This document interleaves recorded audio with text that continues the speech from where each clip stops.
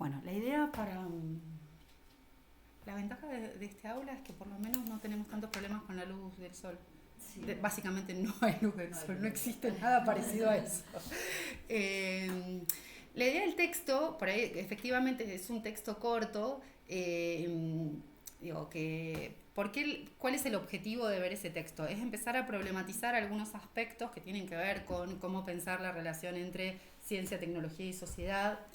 Entonces, el objetivo de hoy es, por un lado, retomar lo que se plantea en ese texto específicamente sobre la producción y reproducción de la vida, cómo se construyen otras formas de parentalidades y demás, pero para eso digo, voy a hablar bastante de cuestiones más teóricas, que son algunos elementos que aparecen en el planteo de los autores, de las autoras, eh, digo, que de alguna manera son cosas que vimos en Historia y Filosofía de la Ciencia, pero retomarlas un poco para poner en contexto las categorías que van apareciendo en ese texto. ¿Alguna les llamó la atención en especial de lo que leyeron? ¿Alguna de las categorías que mencionan? ¿Algo que digan, no tengo ni idea de qué está hablando acá? O al contrario, dijeron, esto me suena de... Ay, había una que la nombraron al final y yo dije, ay, esta desde el principio no la entendí y no la anoté. Bueno, a mí también me pasó con una. Yo al final dije, tenés que arreglarlo bien. Hola Juan, ¿estás ahí?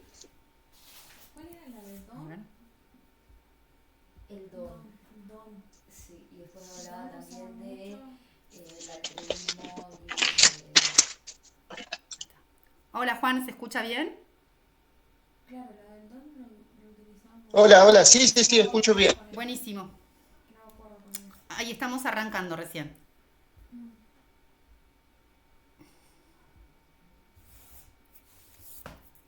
Bueno,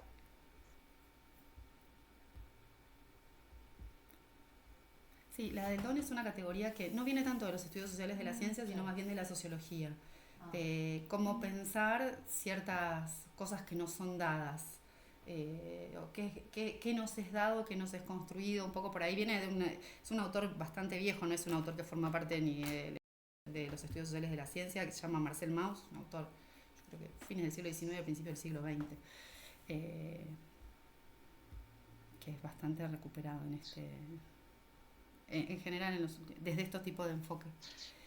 Bien, entonces la idea es, como decía recién, por un lado recuperar cuestiones más teóricas y después centrarnos específicamente en el análisis que se hace en el texto. ¿Sí?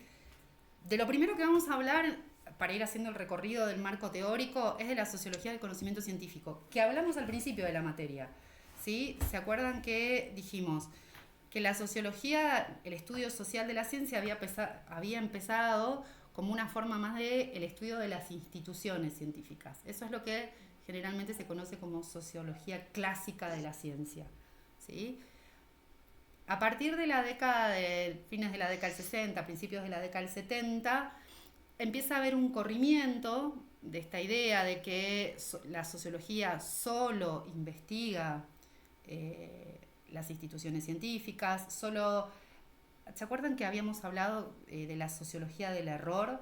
Esta idea de que la sociología solo aparece para estudiar cuando se considera que la ciencia se corrió de su camino esperado, cuando cometió algún error. Y ahí habíamos hablado de Lysenko, ¿se acuerdan? El científico soviético, Sí. que una de las cosas que, digamos, eso fue estudiado desde la sociología porque se consideraba como un desvío ideológico del desarrollo de la ciencia. ¿Sí? Lysenko propone una genética alternativa a la genética mendeliana, digo, encuadrada en el materialismo histórico, o sea, la ideología, la doctrina que regía el gobierno de la Unión Soviética.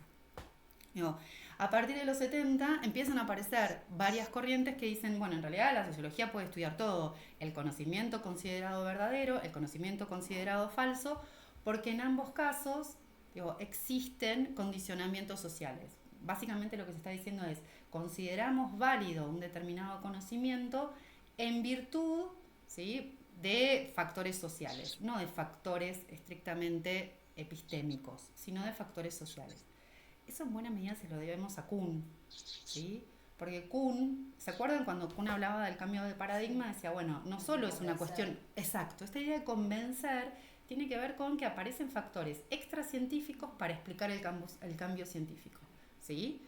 Y entonces, digo, esa idea es radicalizada por un grupo de sociólogos, especialmente británicos, a decir, bueno, en realidad el conocimiento está socialmente determinado, definido, lo que termina siendo el factor determinante de qué aceptamos por conocimiento son factores sociales, ¿sí? Esa es la sociología del conocimiento científico, que básicamente lo que dice es, tenemos que investigar cuáles son los factores sociales que determinan que aceptemos por válido un conocimiento científico, ¿sí? En ese sentido, y acá lo que hago es retomar algunas tesis compartidas por todos los enfoques vinculados a la sociología del conocimiento científico, la idea de que la ciencia es un sistema de creencias como cualquier otro. ¿Sí? Eso quiere decir... Sí. El novio dice todo el tiempo, la ciencia es la nueva religión. Igual es recierto eso. Incluso en términos... digo, por ahí ya no tanto, porque está bastante cascoteada en términos de religión, pero de alguna manera pensemos que el fundamento del conocimiento durante toda la Edad Media era la religión. Entonces, a partir de la revolución científica, el fundamento del conocimiento, esta idea de la ciencia es una forma superior de conocimiento, ¿sí? En nombre de la ciencia hacemos millones de cosas, digo, es haber desplazado la religión digamos, de su lugar y haber puesto la ciencia. Sí, efectivamente, uno ve que en los últimos años la ciencia está más cuestionada. Lo vimos en la materia, en la segunda mitad del siglo XX empiezan a aparecer cuestionamientos, pero así todo sigue siendo... y también hay algo del discurso en términos de autoridad y de legitimidad que es equivalente a lo de la religión, esta idea de, bueno, esto está avalado científicamente.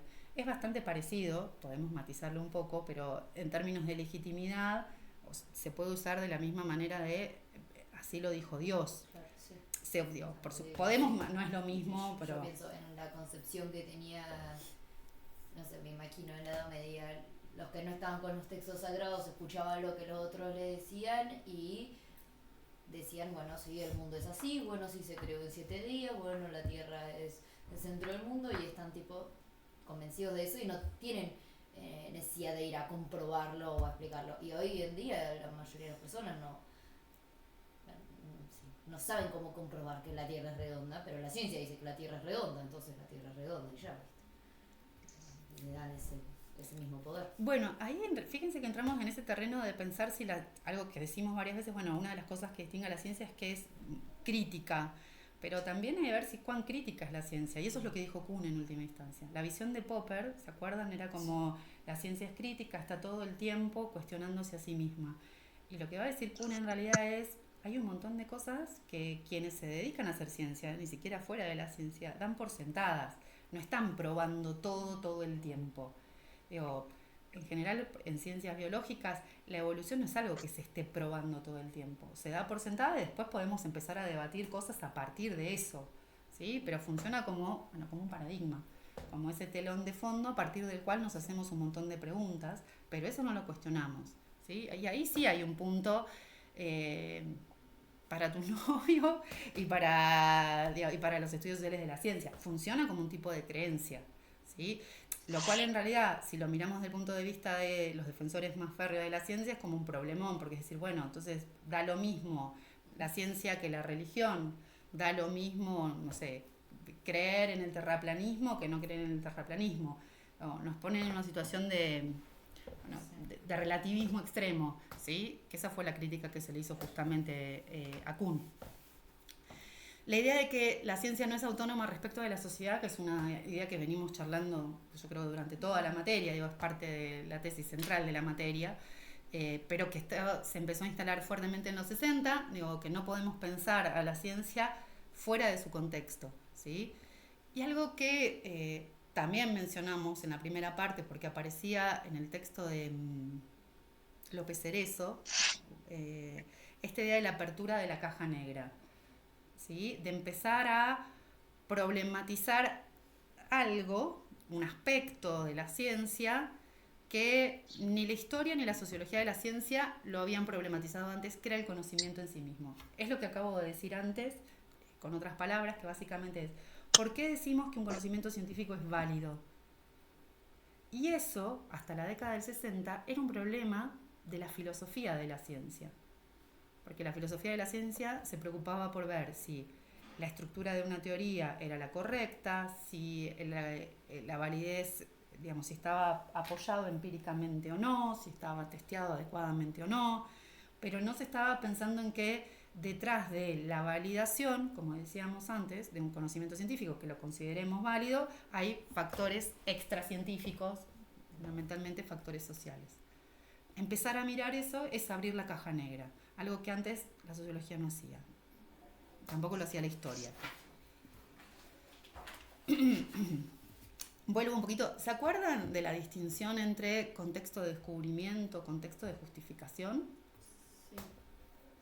Yo no. ¿Vos qué recordás, Lara?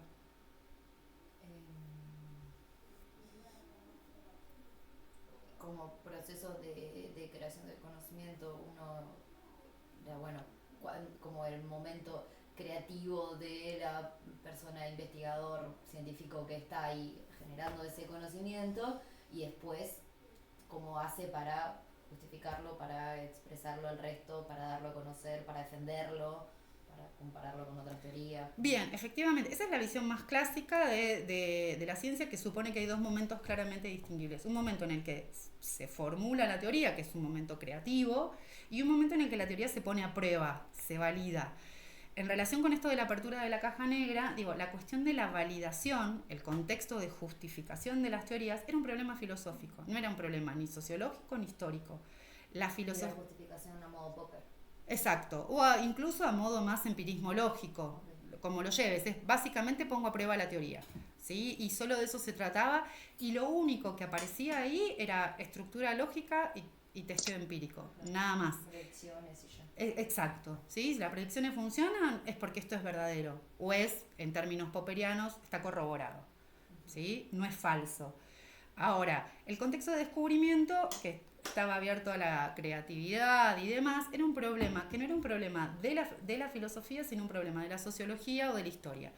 Lo que hace la sociología del conocimiento científico, lo que hacen los estudios sociales de la ciencia a partir de los 70 es decir, esto también es un problema nuestro. A nosotros también nos interesa el contexto de justificación, ¿sí? Esa es la apertura de la caja negra. Empezar a mirar algo que antes no se miraba, que era el contexto de justificación. Bien, ¿se acuerdan que habíamos dicho dentro de este contexto, uno de los programas que aparecía, que está mencionado en el texto de López Cerezo, creo, si no en el de Catcliffe también, es el programa Fuerte. El programa Fuerte tenía una serie de principios, el más importante tal vez fue el de simetría, que era esta idea de explicar de la misma manera el conocimiento considerado correcto como aquel considerado erróneo. Eso es el principio de simetría. Buscamos el mismo tipo de explicaciones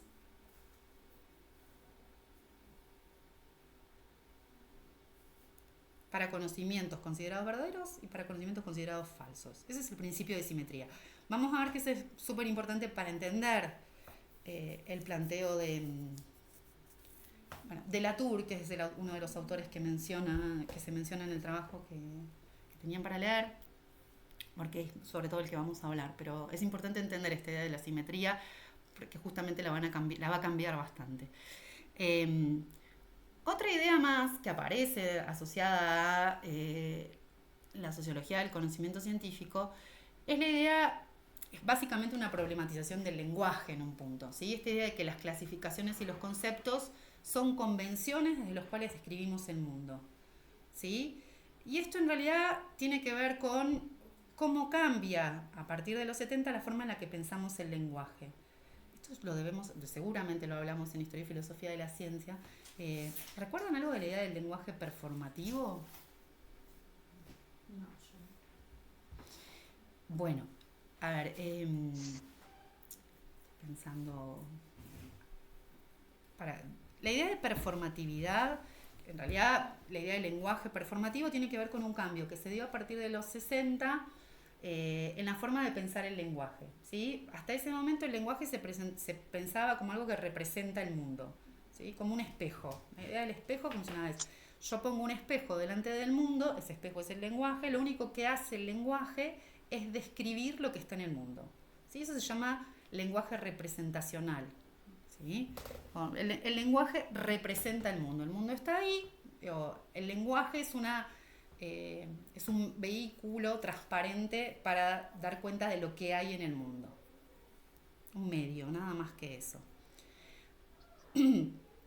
A partir de los 60 se empieza a pensar el lenguaje, este cambio empieza en la filosofía del lenguaje y afecta a todas las humanidades, incluida la filosofía de la ciencia y la sociología de la ciencia, y se empieza a pensar que el lenguaje tiene efectos en el mundo, ¿sí? Que el lenguaje, y de hecho hay un trabajo que se llama así, se llama hacer cosas con palabras, y es que el lenguaje hace cosas en el mundo.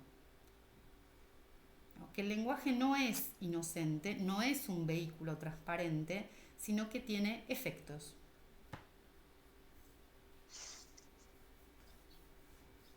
Uno de los primeros en plantearlo fue un filósofo de la ciencia que se llamó Austin, y que básicamente dijo, bueno, el ejemplo clásico de Austin es cuando un sacerdote o un juez de paz casa a una pareja, dice, les declaro marido y mujer, marido y marido. Bueno, ese acto enunciativo tiene un efecto en el mundo, ¿sí? Transforma el mundo, modifica. Pretransforma suena una palabra muy grande, pero hace algo con el mundo.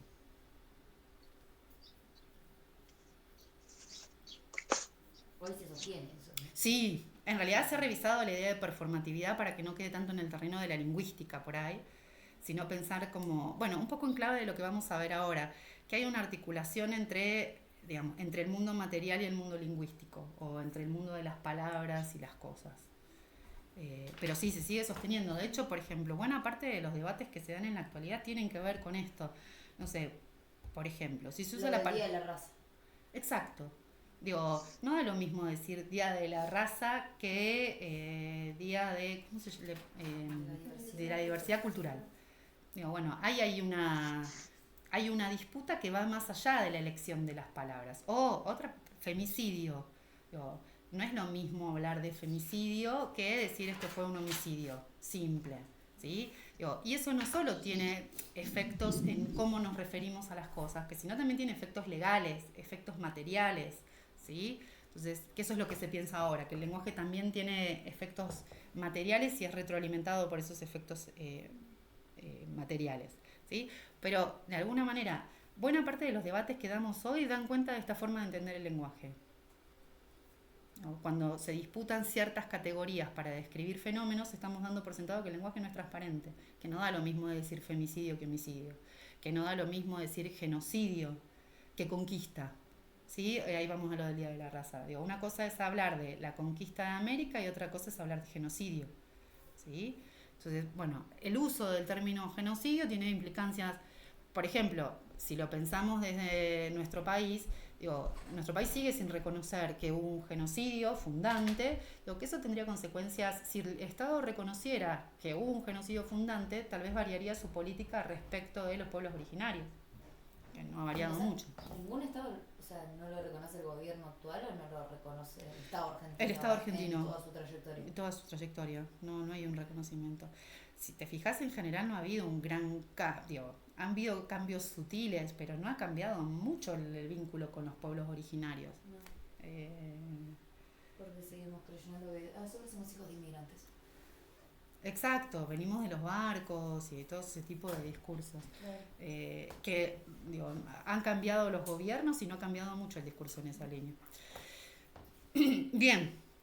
Bueno, entonces, volvemos a esta idea de las clasificaciones y los conceptos científicos son formas convencionales. Básicamente lo que está diciendo es que el lenguaje es una intervención en el mundo, ¿sí? Y acá, ¿recuerdan algo de un texto que vimos en Historia y Filosofía de la Ciencia, que era un texto de Pratt?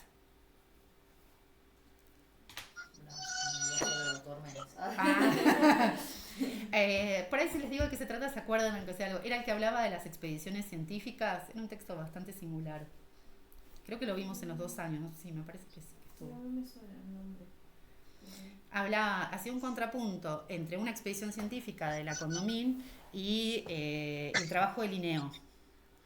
Y en realidad, digo, lo que planteaba, entre otras cosas, era la idea de que la clasificación, ¿sí?, es un acto de ordenar el mundo, que básicamente tiene que ver con esto. Es como lo que hizo Linneo y los que siguieron a Linneo fue darle orden a un mundo que de por sí es caótico. Pero el orden que le dio Linneo no necesariamente tenía que haber sido el orden. Le podría haber dado ese orden como le podría haber dado cualquier otro orden, ¿sí? Lo que muestra ahí es que esta idea de contingencia que está abajo, que en realidad, no necesariamente la clasificación de Linneo tendría que haber sido aceptada. Podríamos haber aceptado cualquier otro tipo de clasificación. Las clasificaciones son arbitrarias, porque son un artificio lingüístico.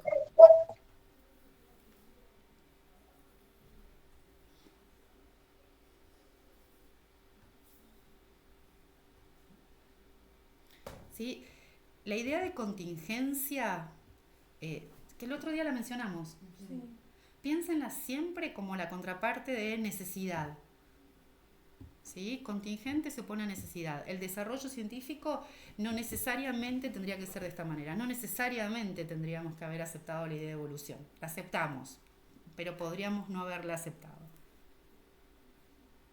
Pues la idea de necesidad es, ¿podría o no haber existido Darwin? Igual íbamos a llegar a la idea de evolución, porque era necesario que llegáramos a la idea de evolución. ¿Sí? La idea de contingencia es, podemos tener esta teoría científica para explicar un fenómeno, podemos tener cualquier otra. ¿Sí?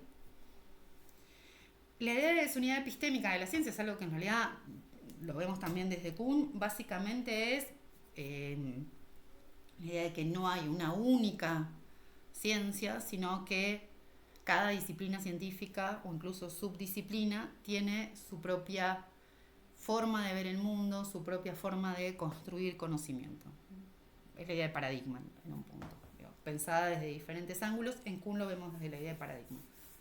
Es lo opuesto a la idea de unidad de la ciencia que encontrábamos en los enfoques clásicos, que es la idea de hay una única forma de hacer ciencia. Todo lo que no se hace de esta manera no es científico. ¿Sí? Es desarmar un poco esta idea de el método científico. No hay un método científico, hay múltiples métodos científicos.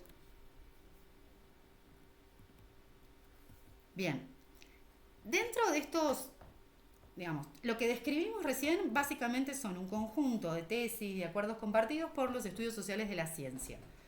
Dentro de esos estudios sociales de la ciencia hubo diferentes enfoques. Mencionábamos hace un ratito el programa Fuerte de la Escuela de Edimburgo, el estudio de controversias del que hablamos muy rápidamente el otro día cuando vimos lo de resistencia. ¿Sí? Se estudiaron bastante las controversias como la que vimos a partir del concepto de resistencia entre las comunidades científicas y la sociedad civil y el Estado en el medio, o controversias al interior de las comunidades científicas. ¿Cómo nos ponemos de acuerdo en aceptar que el resultado de este experimento es válido?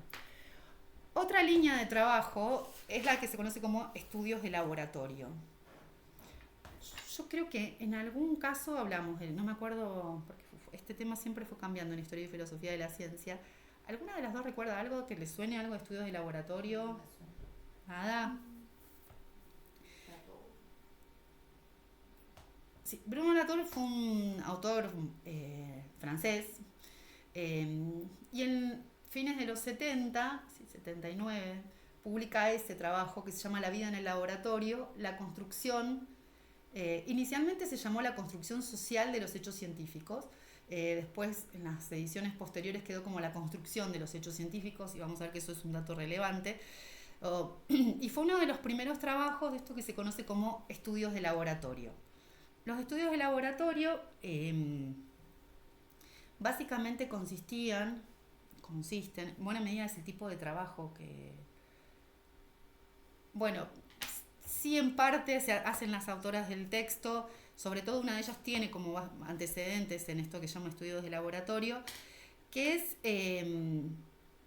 empezar a hacer, digamos, sobre este supuesto de que la ciencia es una forma de creencia igual que cualquier otra. Bueno, estudiémosla como estudiamos otras creencias, ¿sí? Y hay una tradición en antropología, sobre todo, que las doctoras que el texto, bueno, ahora lo vamos a ver, pero el texto que tenían para leer, básicamente es un texto, es un trabajo de tipo antropológico, etnográfico en particular. Digo, lo que supone es que podemos hacer trabajo de campo en un laboratorio.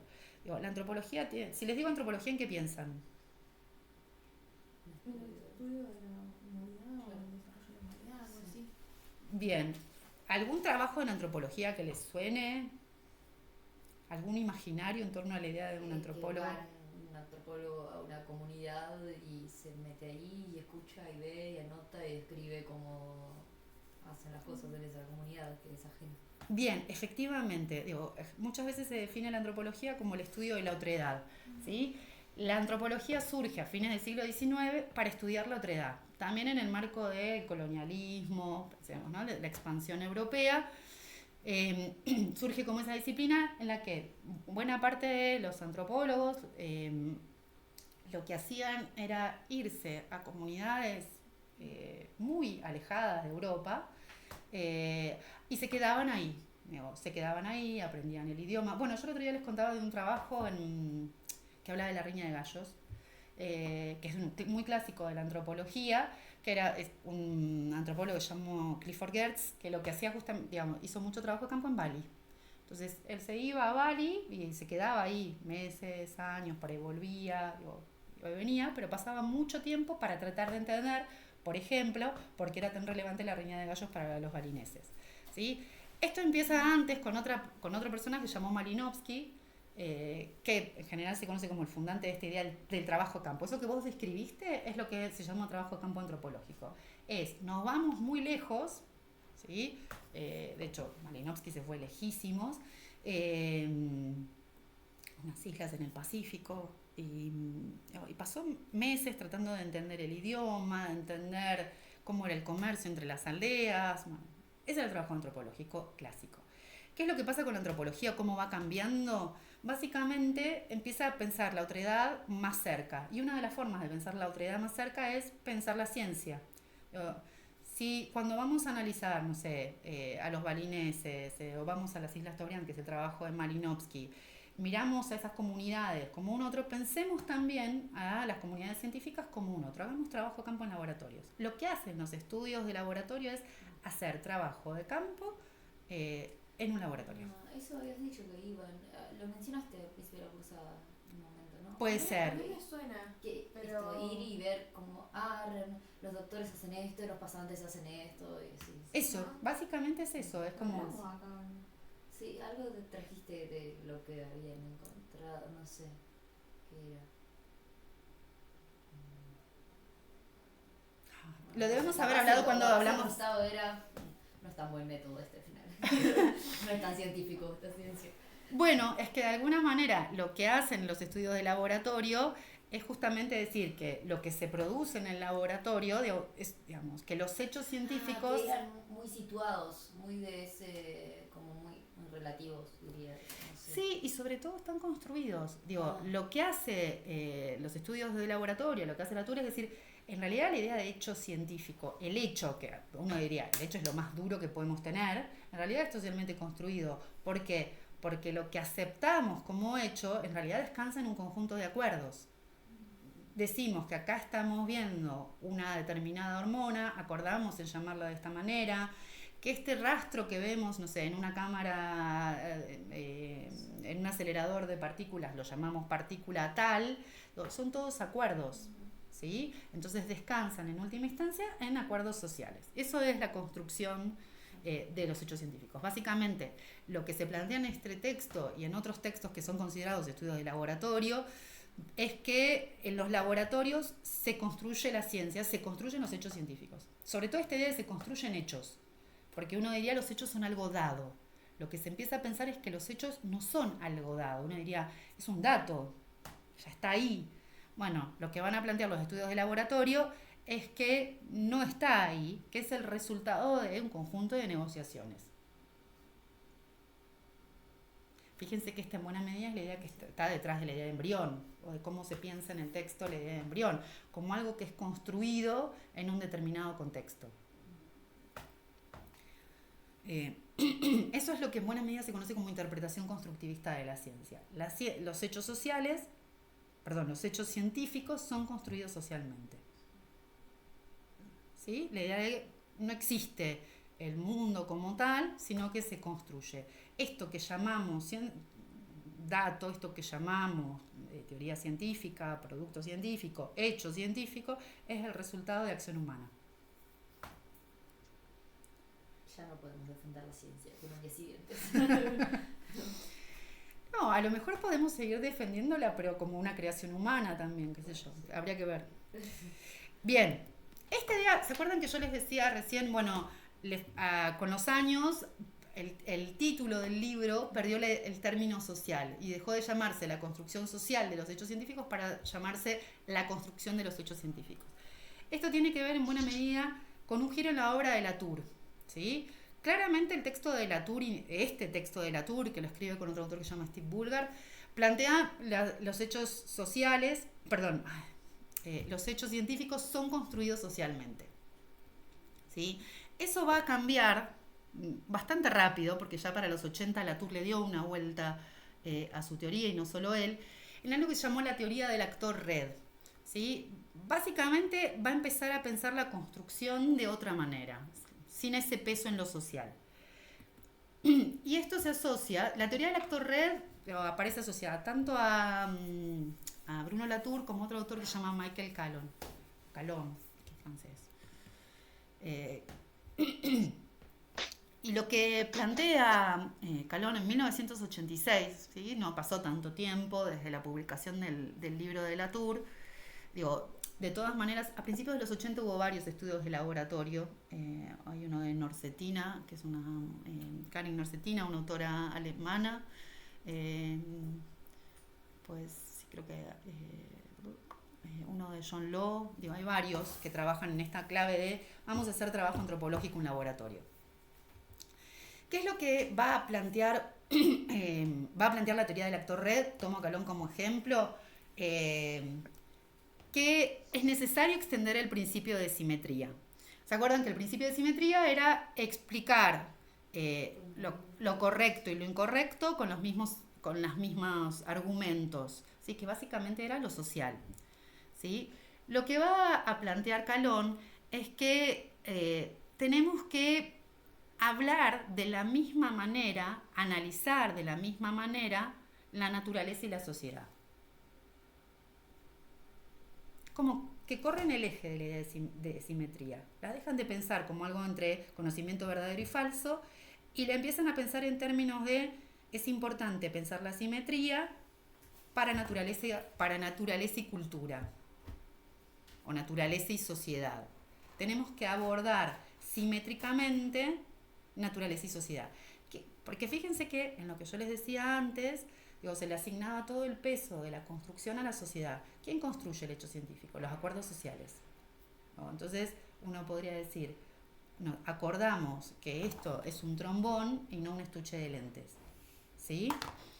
Bueno, esa idea es la que se empieza a revisar en los 80, de que el peso de la construcción sea solo social. La construcción no es solo social, por eso termina desapareciendo del título del trabajo de Latour y Bulgar de los 70.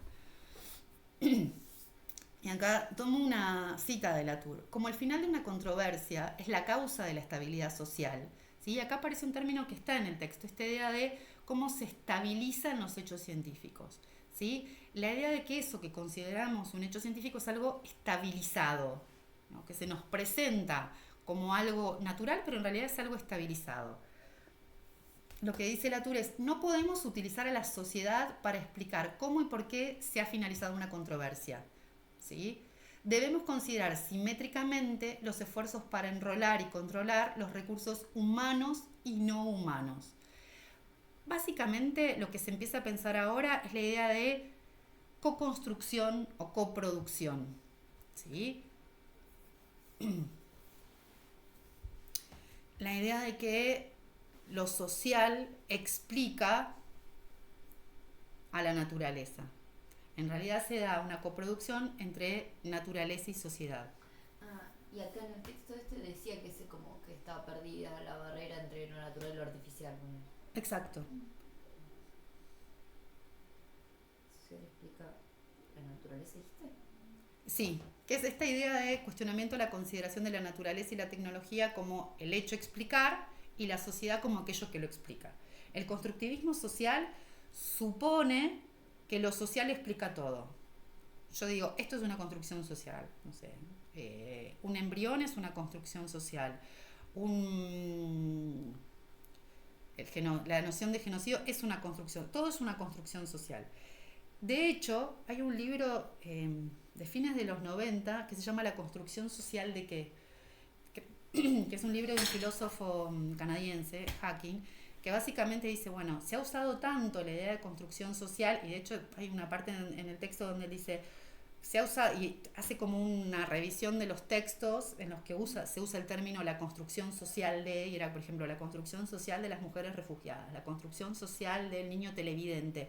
Y eran libros o artículos que efectivamente habían circulado. Y en ese contexto, Hacking se pregunta, bueno, ¿de qué hablamos cuando hablamos de construcción?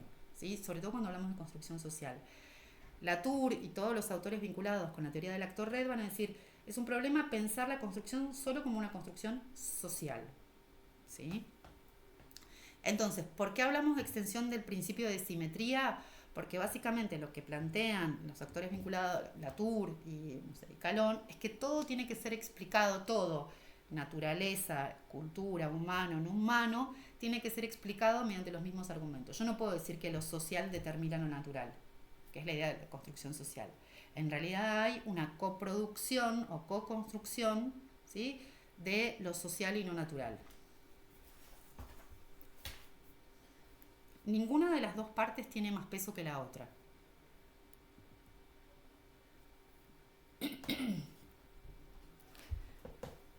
¿Vamos hasta acá? Me detienen por ahí. Sí. Algo que esto en buena medida supone ir en contra de las dicotomías que son fundamentales para la ciencia moderna. La ciencia moderna piensa dicotómicamente, ¿sí? Piensa en términos de naturaleza, cultura, humano, no humano, hombre, mujer, objetivo, subjetivo. Y esto también lo vieron las epistemologías feministas, ¿no? Cómo se piensa dicotómicamente el mundo. Y algo que se plantea, que plantea el texto de Latour y que en general se plantea desde otras corrientes también antropológicas, es que esa distinción entre naturaleza y cultura, ¿no?, es un resultado de la modernidad, ¿sí? Y acá, la verdad es que yo hace un rato te decía qué bueno que leíste Grofogel, porque en buena medida Grofogel, no sé si te acordás, hace como una crítica al dualismo cartesiano. ¿Te acordás algo que dice del dualismo cartesiano?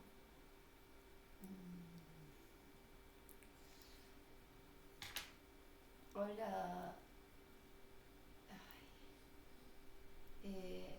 O sea, sí habla de cómo al final la ciencia se fundó en base a lo que dice Descartes, pero no me acuerdo qué. No sé qué. Bueno, Descartes se asocia siempre al dualismo porque básicamente lo que hace Descartes es separar mente y cuerpo. Ese es otro dualismo mente-cuerpo. La mente va por un lado, el cuerpo va por el otro. Y lo que dice Descartes... Él es lo que dice yo pienso, luego existo. Exacto, ¿sí? Claro, y después lo lleva para él, yo extermino, luego existo. Exacto. ahí lo vemos. Está bastante convencido de lo que hizo. Pero, digo, la idea de por qué es tan importante Descartes para la ciencia moderna, porque, por un lado, digo, funda esta idea del dualismo, los dualismos van a ser centrales para la ciencia moderna, y funda esta idea de un sujeto de conocimiento totalmente desvinculado, digamos, del cuerpo en un punto, ¿sí? Lo que dice Descartes es fundar el conocimiento en la razón. Cuando él dice pienso, luego existo, que es la frase más popular de Descartes, está diciendo pienso, porque pienso, existo. El luego no es de temporalidad, es un por lo tanto, ¿sí? sé que existo porque pienso. Entonces lo que va a decir es, el sujeto que conoce, digo, es un sujeto racional, digo, no es un sujeto corporal, es una mente. ¿Sí? Y lo que hace ahí, que es importante en términos de la ciencia occidental moderna, que es un poco que se plantea ahí, esta idea de liberar a la ciencia de lo social. Cuando dice, soy una cosa que piensa, está desarraigando, se está desconectando a quien produce conocimiento de su situación. Es como, da lo mismo quien esté, porque es una cosa que piensa, da lo mismo si yo pienso en Francia o pienso en América Latina. Yo soy una cosa pensante. Que es todo lo contrario a la idea que encontramos en las epistemologías feministas y incluso en esta idea de yo pienso en un contexto. Lo que hace Descartes es yo pienso totalmente descontextualizado.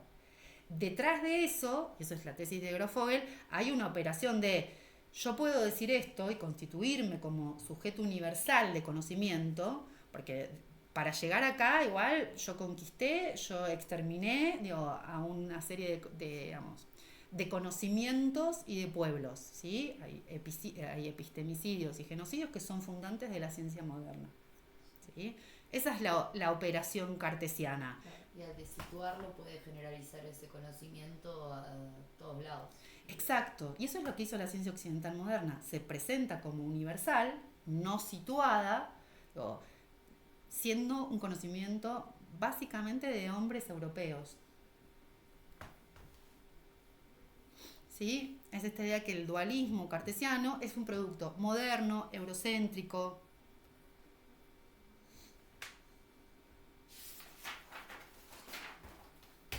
¿Sí? Esa es una tesis que plantea Latour.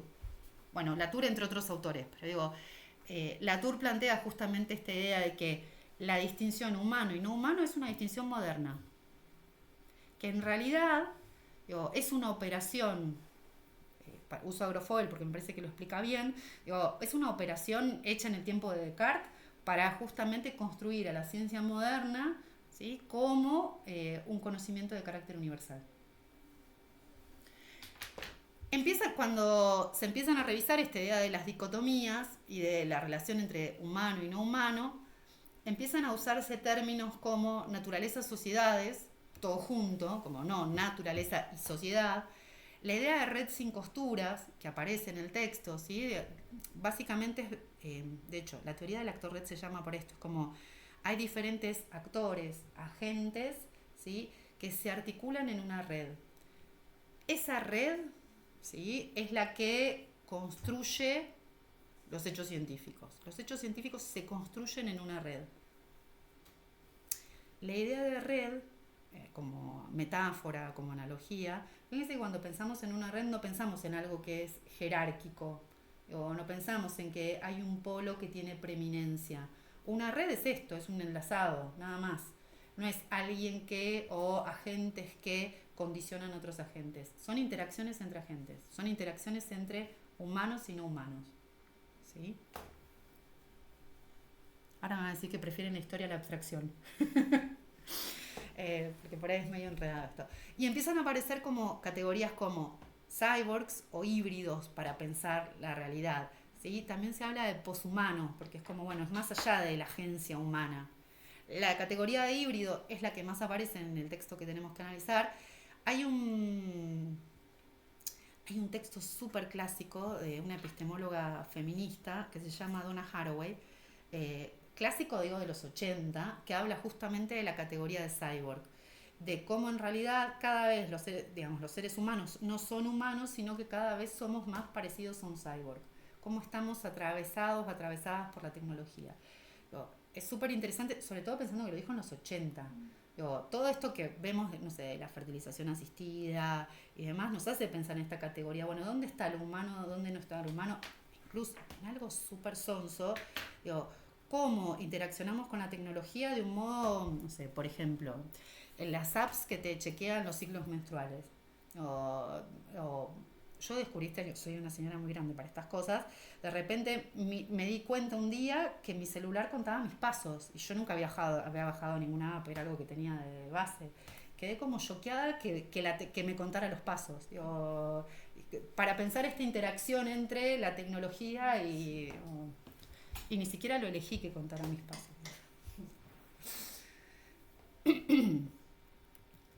Este es un fragmento, el texto en el que Latour plantea estas cuestiones es un texto que se llama Nunca fuimos modernos, y donde justamente, bueno, este fragmento señala esta idea de por qué son tan problemáticas o por qué son tan artificiales las distinciones humano y no humano. Nosotros los occidentales somos los únicos que hacemos una diferencia absoluta entre la naturaleza y la cultura, entre la ciencia y la sociedad, mientras que todos los otros no pueden separar realmente lo que es conocimiento de lo que es sociedad, lo que es signo de lo que es cosa, lo que viene de la naturaleza tal como es, de lo que requieren sus culturas. ¿Sí? Básicamente lo que hace es enfatizar que la idea de humano y... Sí. Porque para empezar nos separamos nosotros de la naturaleza. Sí. En la humanidad, y eso que de la religión. En realidad, Latour y los autores lo apuntan a la modernidad, digo, como más producto de... habría que ver en el pensamiento religioso cómo funciona. Yo creo que aún en el pensamiento religioso hay como una idea más de interacción entre... Se separa como humano hecho a la semejanza de Dios y el resto de los animales. Tipo, Sí, eso es una creencia, eso es religioso, eso sí ya está. Y eso ya marca una distinción entre humano y naturaleza. Marca una visión antropocéntrica. Okay. Pero sí hay algo de todos fuimos creados en un punto, hay algo que nos unifica. Que no me cierro porque todo lo creó Dios, porque había una distinción entre nosotros y los animales y venimos del mismo lugar. Sí, ahí nos homologamos.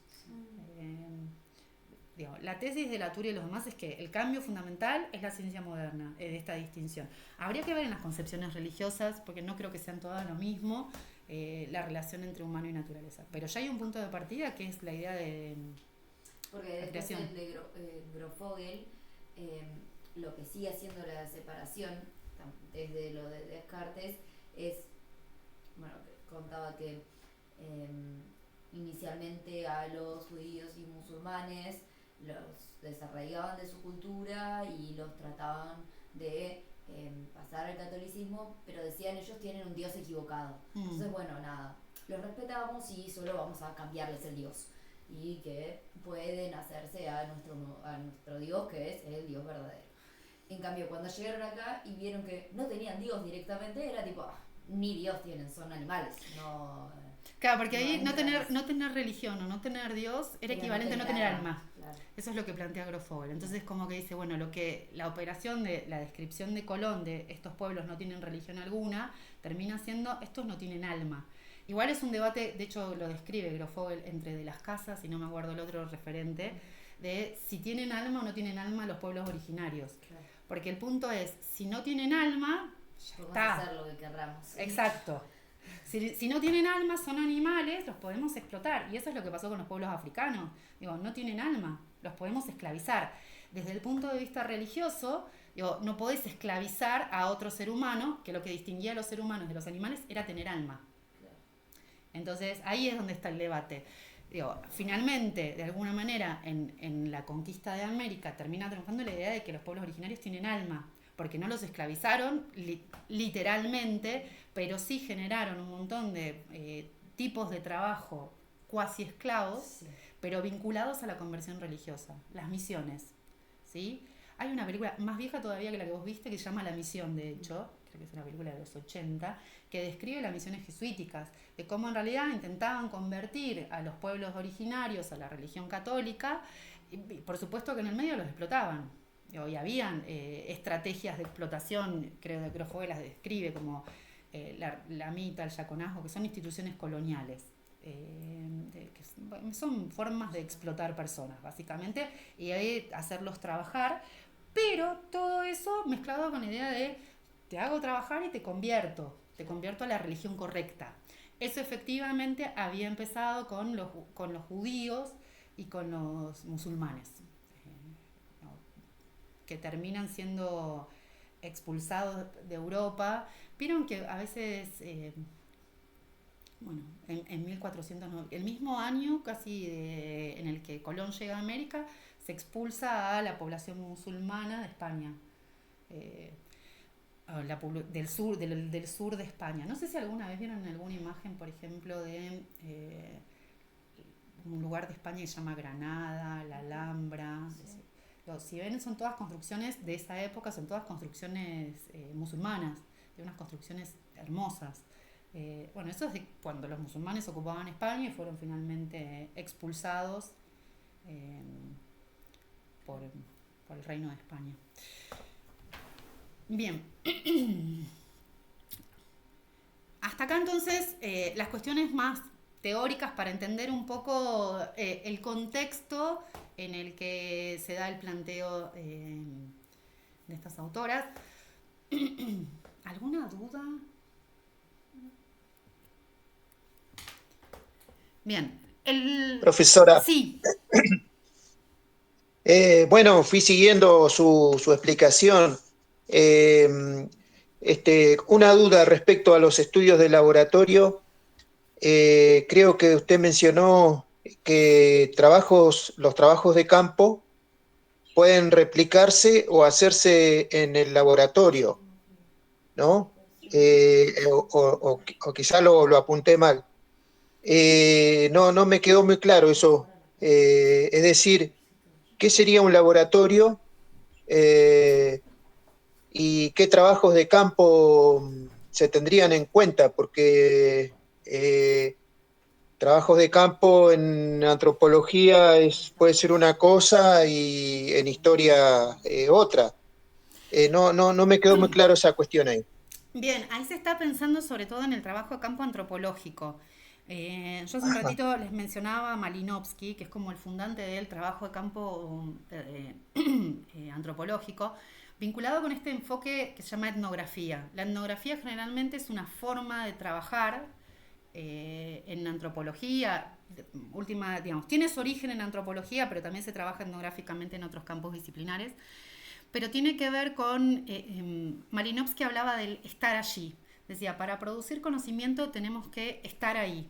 Eso significaba trasladarse, pasar tiempo con una comunidad, con un grupo social, con el que desde el cual sobre el cual se quería construir algún tipo de conocimiento, ¿sí? Esa es la idea del trabajo de campo antropológico. Es pasar tiempo con una comunidad con el objetivo, y acá sumo un poco más cuestiones epistemológicas, no tanto metodológicas, de entender cuál es el sentido que los actores sociales le dan al mundo en el que viven. ¿Cuál es el sentido que, no sé, los balineses le dan a la riña de gallos? Pongo el ejemplo de Gertz, pero en el caso de los estudios de laboratorio, entender cuál es el sentido que las comunidades científicas le dan a sus prácticas cotidianas en el laboratorio. ¿Sí? Entonces, la idea de trabajo de campo es específicamente trabajo de campo antropológico, trabajo de campo etnográfico, que es pasar tiempo, ¿sí? Digamos, y registrar sistemáticamente lo que ocurre en un determinado, digamos, con un determinado grupo social, con un conjunto de interlocutores. En el caso particular de los estudios de laboratorio es pasar tiempo en un laboratorio, ¿sí? El trabajo de la Turi Bulgar, que es como el trabajo pionero, es en un laboratorio de California, que fue un laboratorio muy importante porque de hecho uno de los investigadores que trabajaba ahí le habían dado un premio Nobel por su investigación vinculada con una hormona asociada a la tiroides.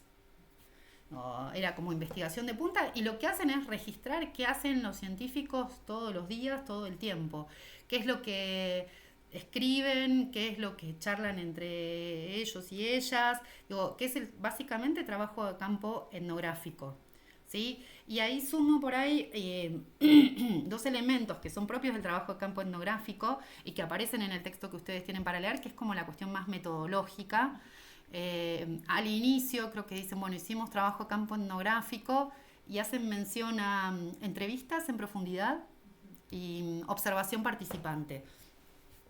Las entrevistas en profundidad y la observación participante son técnicas de producción de datos en investigación cualitativa o en investigación etnográfica, ¿sí? Es como cómo se producen datos. Que, un poco pensando en lo que vos decís, sí es diferente a pensar el trabajo de los historiadores o de las historiadoras siempre está más ligado al trabajo con archivos, pero sí, muchas veces se hacen entrevistas, ¿sí? Y la mayor parte de las entrevistas suelen ser entrevistas en profundidad. Cuando decimos entrevistas en profundidad, nos referimos a entrevistas que no tienen las respuestas pautadas de antemano. Generalmente es lo opuesto a una encuesta, ¿sí? Me imagino que alguna vez habrán respondido a alguna encuesta. No, es imposible vivir este mundo y no responder encuestas. En las encuestas en general todas las preguntas o la mayor parte de las preguntas están cerradas, ¿sí? ¿Estás como en relación con esta afirmación? ¿Estás de acuerdo, muy de acuerdo? Bueno, eso es una encuesta. Una entrevista en profundidad significa hacer preguntas abiertas en relación con un tema, ¿sí?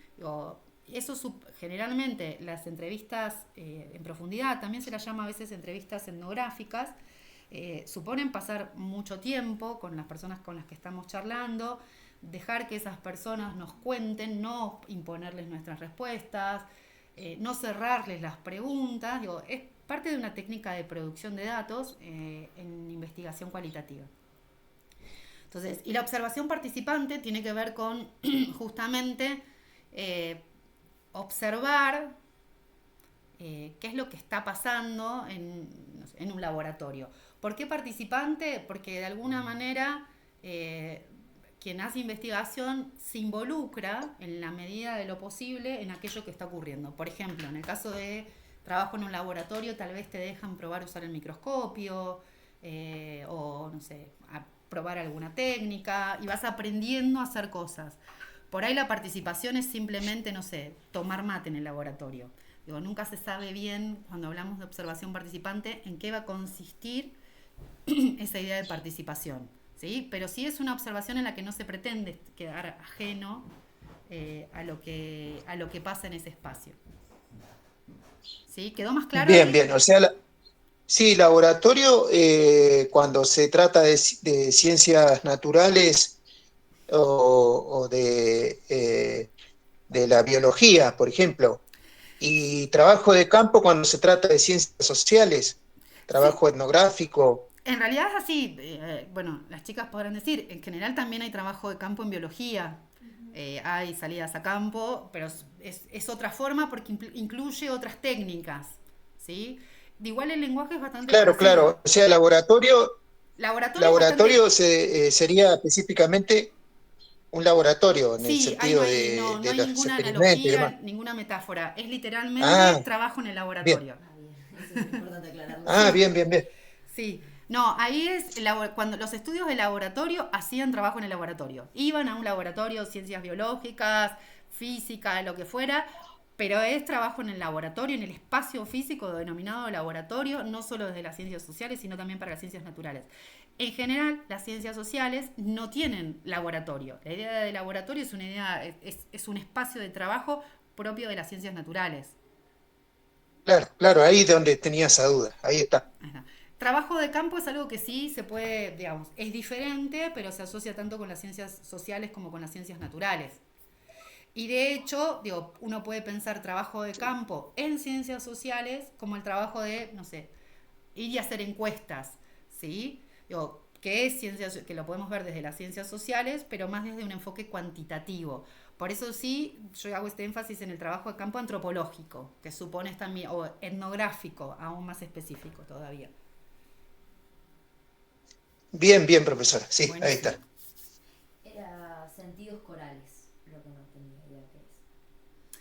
Ah, igual me pareció buenísima esa categoría. No tiene mucha, yo no la leí en otro lugar más que en este trabajo. Ok. Tiene que ver fundamentalmente con la idea de que hay múltiples... la idea de un coro es que se construye. ¿Vieron como el sonido en un coro? Digo, no es una única voz que escuchamos. De hecho, vieron que a veces los coros tienen como... Hay momentos en los que están cantando como la misma canción en Diferentes tonos. diferentes tonos, o hay algo que se llama canon, como que unos empiezan antes, otros después. Bueno, la idea de coro es como esta idea de hay muchas cosas que están pasando al mismo tiempo, muchos sentidos que están sonando al mismo tiempo. que no hay un único sentido para algo. Digo, que embrión, para llevarlo al coso, embrión en un momento puede significar una cosa y en otro momento puede significar otro. Para un grupo es algo y para otro grupo es otra cosa. Como que no hay un sentido fijado, sino que hay sentidos múltiples y moviéndose. La que pone el vientre al principio es, oh, gracias, das tu don y qué sé yo, y después es, Sospechamos ¿por qué de lo vos. haces? Claro. Incluso no es después, también es al mismo tiempo sospechamos de vos. Te vemos re altruista, pero también tenemos nuestras dudas sobre vos. Claro. Dios. Todo el tiempo. Sí, es tremendo. Todo el tiempo sos un potencial peligro, básicamente. Sí. Pero muchas gracias. Pero quiero tu útero. Sí. Habría que leer, yo no la leí, no sé si ustedes la leyeron o vieron la serie de Margaret, la novela de Margaret Atwood, que después hicieron esta serie. Sí. eh, El cuento de la criada. El cuento de la criada. ¿La vieron? ¿Vieron? No, Muy buena. la escuché un montón de veces. Fuertísima. Es re fuerte. Sí, pero digo, yo me arrepentí de no haberla visto, no sé por qué no la vi, creo que fue una cuestión de prejuicio, de no estoy para esto ahora, pero sí me dije, esto debe resonar un montón. Es que no sé si en algún momento estás para esa, pero es que es fuerte, o sea, uno viendo como mujer, como que ves todas las escenas y quedas como, ¿qué? Porque básicamente es la premisa de que ciertas, a ver, corregime, porque no la vi, así que estoy hablando de oído, como que ciertas mujeres son elegidas solo para reproducir o algo así. Sí, es como se sitúa en Estados Unidos y como que vuelve a haber como un gobierno totalitario, podría decirse, y se empieza a llamar Gilead el lugar. Estados Unidos. Ajá, mientras todo el mundo sigue como igual a la sociedad, tipo, ahora. Entonces lo que empieza a ver es como que empieza a haber una religión nuevamente dominante en donde las mujeres tienen roles, o sea, tenés las mujeres, pero no tenés derechos, pero es tu derecho. Y hay mujeres que son sirvientas, hay otras mujeres que las utilizan. Estamos en clase.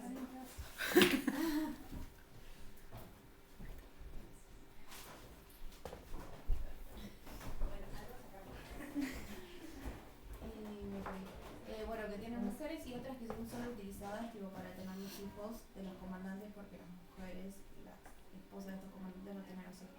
Entonces como que ahí se vuelve toda la misión y los nenes que tienen ellas ya de hijos son robados y tipo asignados a otras familias de militares, de comandantes, etc.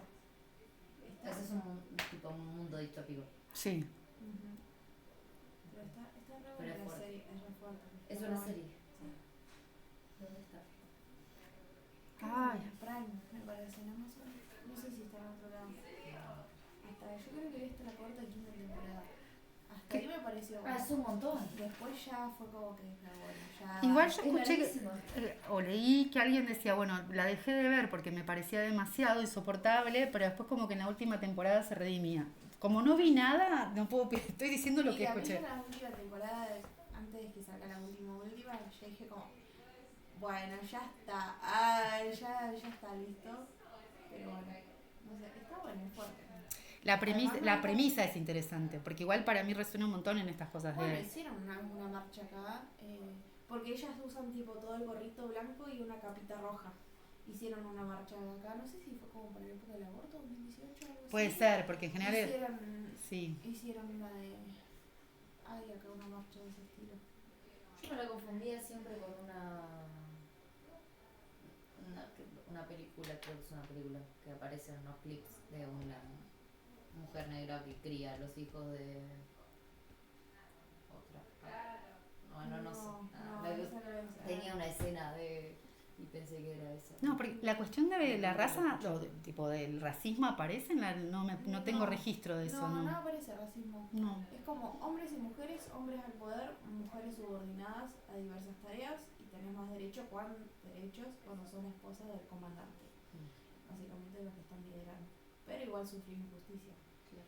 Y cada cosa que hagas vos fuera de lo que establece merece un castigo. Y ahí tenés diversos castigos. Y las esposas sí crían a los hijos. Sí. Que no son sus hijos Sí. ni nada. No sé, me encanta eso. Madres. Sí. Madres dentro de lo que está ahí. Okay. Tienen a otras sirvientas que las ayudan. Como que la ves y te dan ganas de... O sea, tenés sirvientas que te van a cocinar, sirvientas que te van a hacer para criar, para tener tus hijos, otras que te van a tener. Y el ritual también de cuando tienen los hijos también es fuerte. Porque no la vi, entonces yo estoy... chau. Porque es como que está la mina pariendo, de verdad, y está la esposa detrás, tipo, haciendo como que ella está pariendo. Claro, y hacen como todo el ritual y como que después la otra tipo la dejan ahí y le dan el bebé a la otra y es como todo un ritual y es como que estás ahí viendo, ¿qué está pasando? Bueno, igual algo de eso hay. No, pero pienso, yo vi, Sí. vieron que, por ejemplo, perdón por los ejemplos, pero creo que funcionan. Marley, el conductor de televisión, tuvo sus hijos alquilando vientres. Sí. No sé el material genético, eso no tengo ni idea cómo. Sí. Pero yo sí recuerdo haber visto una foto de él teniendo. Vieron que hay como esas teorías de que los bebés tienen que sentir el contacto piel a piel. Bueno, él con el torso desnudo, con el bebé, o uno de los bebés, porque tuvo dos de hecho, como apoyado sobre su cuerpo. Recuerdo haber visto esa Recién imagen, recién nacido. Entonces, como esa idea no es muy descabellada de dónde estará la mujer que lo parió en este momento, que él se está sacando la foto para publicar en Instagram, ¿no? Como hay algo de eso, porque algo que también plantea el texto es esta cuestión de, bueno, ¿quiénes son estas mujeres que prestan su útero o donan sus óvulos? Digo, la variable económica atraviesa esto. Yo tengo una familia amiga, una pareja que hace años que estaban buscando tener hijos, todo para toda su vida y no podían y alquilaron un vientre a una chica en Estados Unidos y tuvieron 2 hijos y los 2 fueron con la misma mujer. Claro.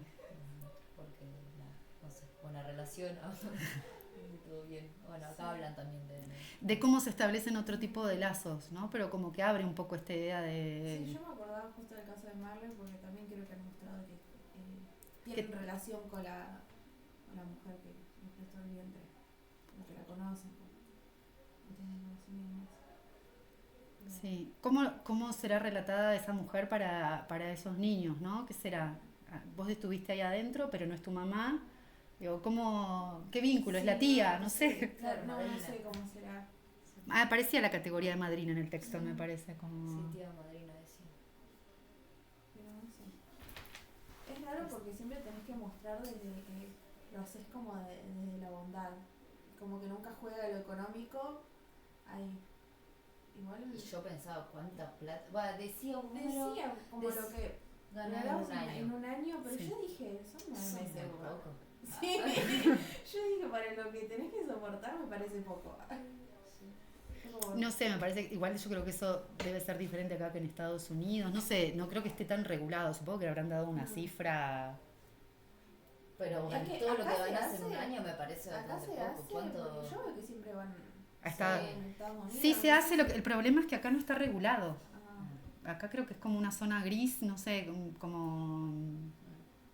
ya, Sí, acá no descarta que sea, no es explícito, pero no descarta que se haga. Lo que pasa es que no está, en Estados Unidos está mucho más regulado y es más fácil y te evitas ciertos problemas legales. Yo creo que una de las cosas que debe pasar acá es que si vos, igual estoy sospechando, ¿no? Le alquilás un vientre a alguien, corres el riesgo de que esa persona después te reclame que eso es tu hijo, es su hijo, perdón, no su hija.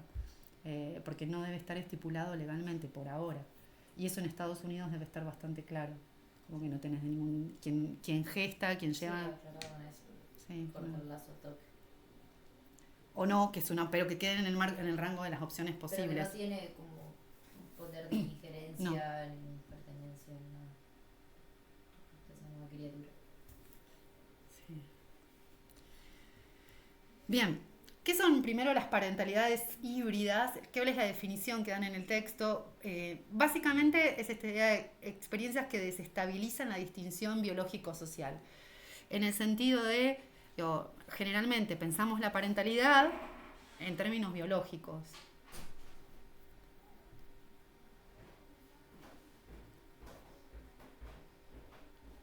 Es la forma más frecuente de pensar la parentalidad. Bueno, ¿qué vamos a entender por biológico? También va variando.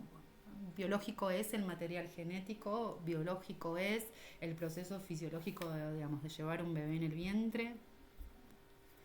Entonces, lo que implica es justamente resignificar la idea de reproducción, resignificar la idea de maternidad, de paternidad y la misma idea de filiación, de quién es el hijo, qué es lo que define que alguien sea hijo de.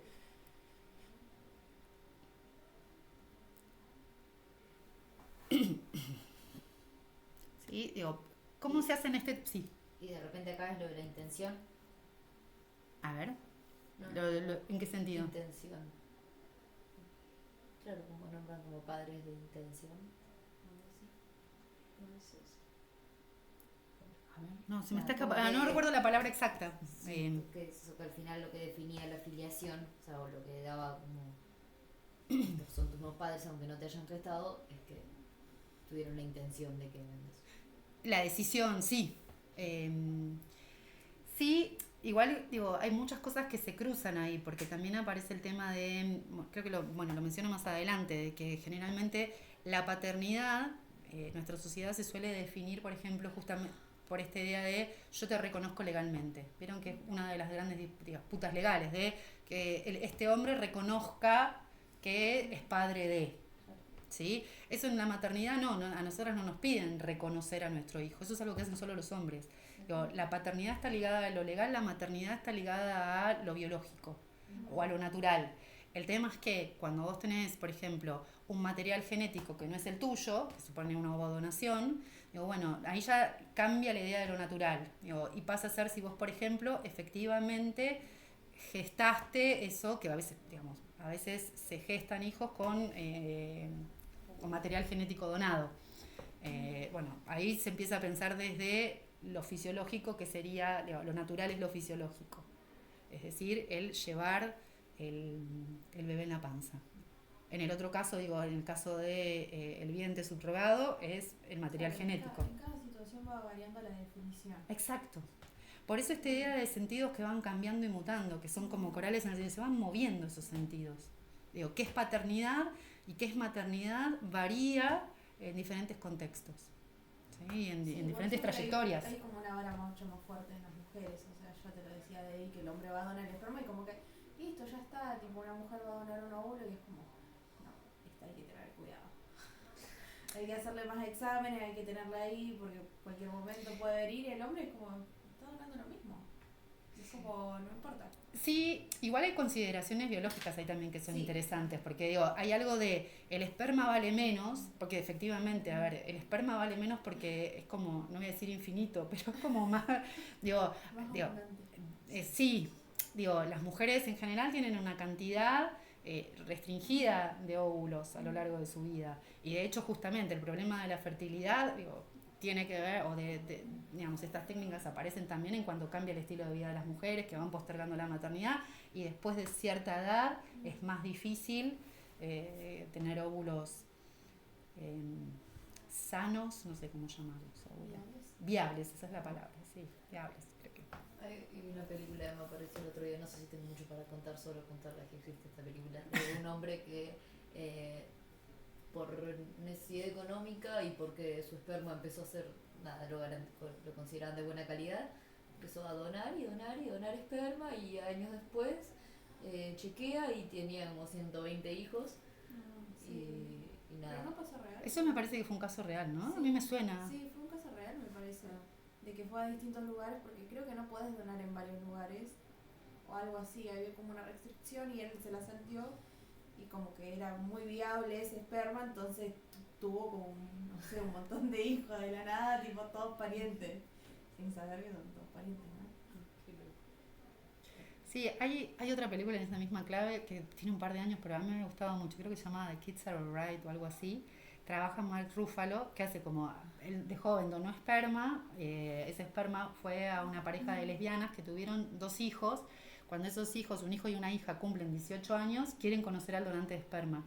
Entonces, el vínculo que se traba, pensando en las parentalidades, porque está esta inquietud también de quién fue gestado de esa manera, de querer conocer al donante de esperma. Bueno, y el lío que se les arma en la familia a partir de esta aparición del padre.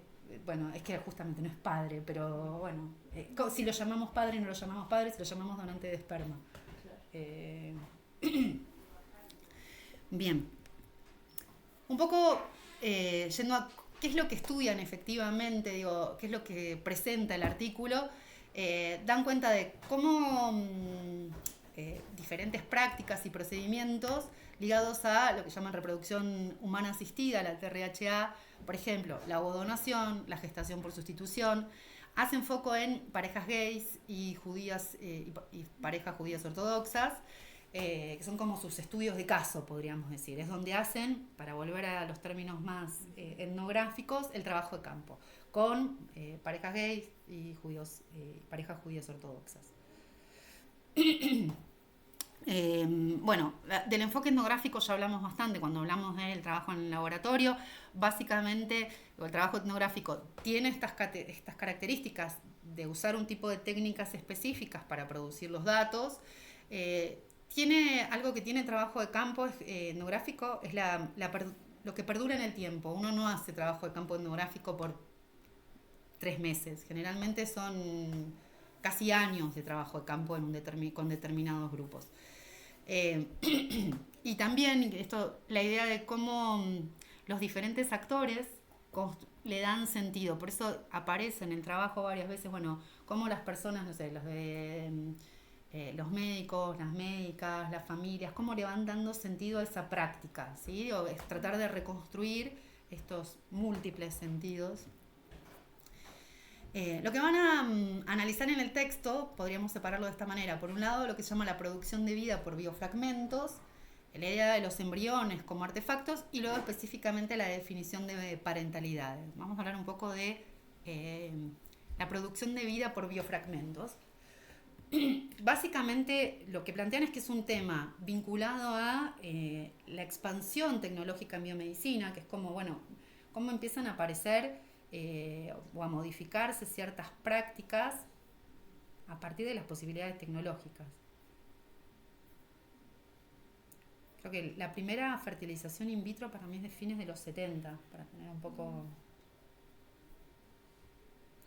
Y cómo esto se va asociando con un proceso de mercantilización, ¿sí? Cómo se empieza a aparecer la variable económica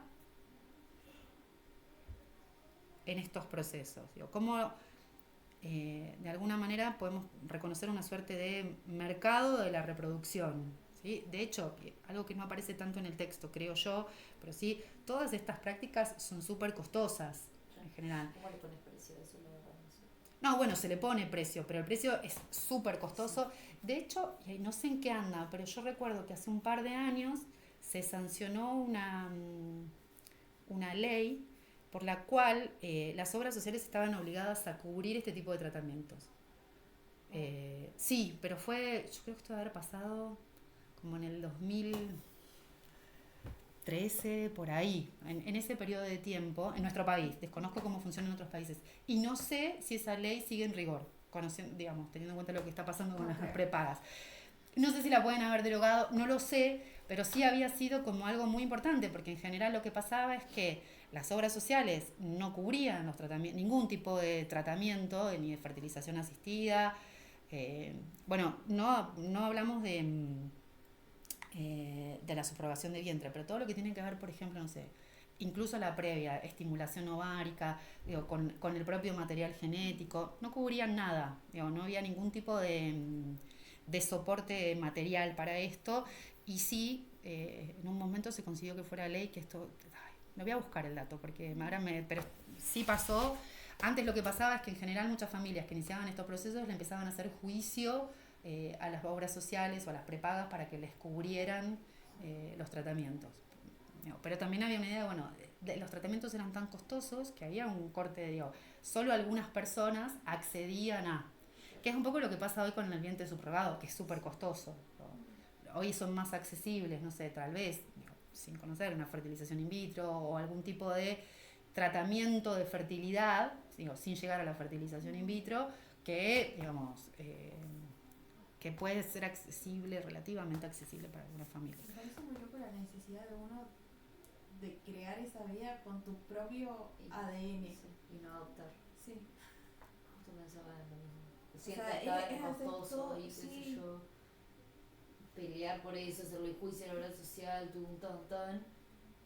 Y hay chicos ahí. Sí, a mí también me resulta raro. Pero bueno, y yo siento que la diferencia es el hecho genético.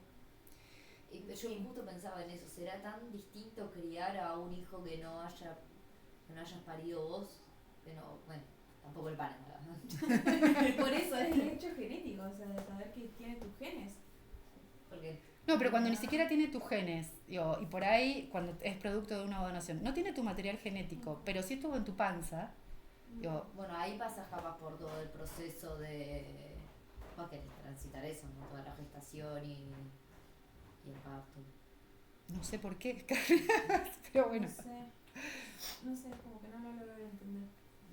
Como que lo analizo y digo, no sé por qué había todo eso. Pero bueno. No, la verdad es que yo no lo sé, creo que igual cada persona es diferente y me parece que se ponen cosas diferentes en juego, como, no sé, para mí que fui de hecho madre bastante grande, no fue una opción, digo, pude ser madre de hijos con mi mismo material genético, pero sí yo pensé, yo no me voy a someter a ningún tipo de tratamiento, si esto no sale y vemos si se adopta o no, pero no estaba en mi cabeza someter, porque sí tengo personas muy cercanas que lo hicieron, digo, que se sometieron a tratamientos y sí es muy costoso, no solo en términos materiales, es muy costoso en términos Sí, es que es y duro. físicos.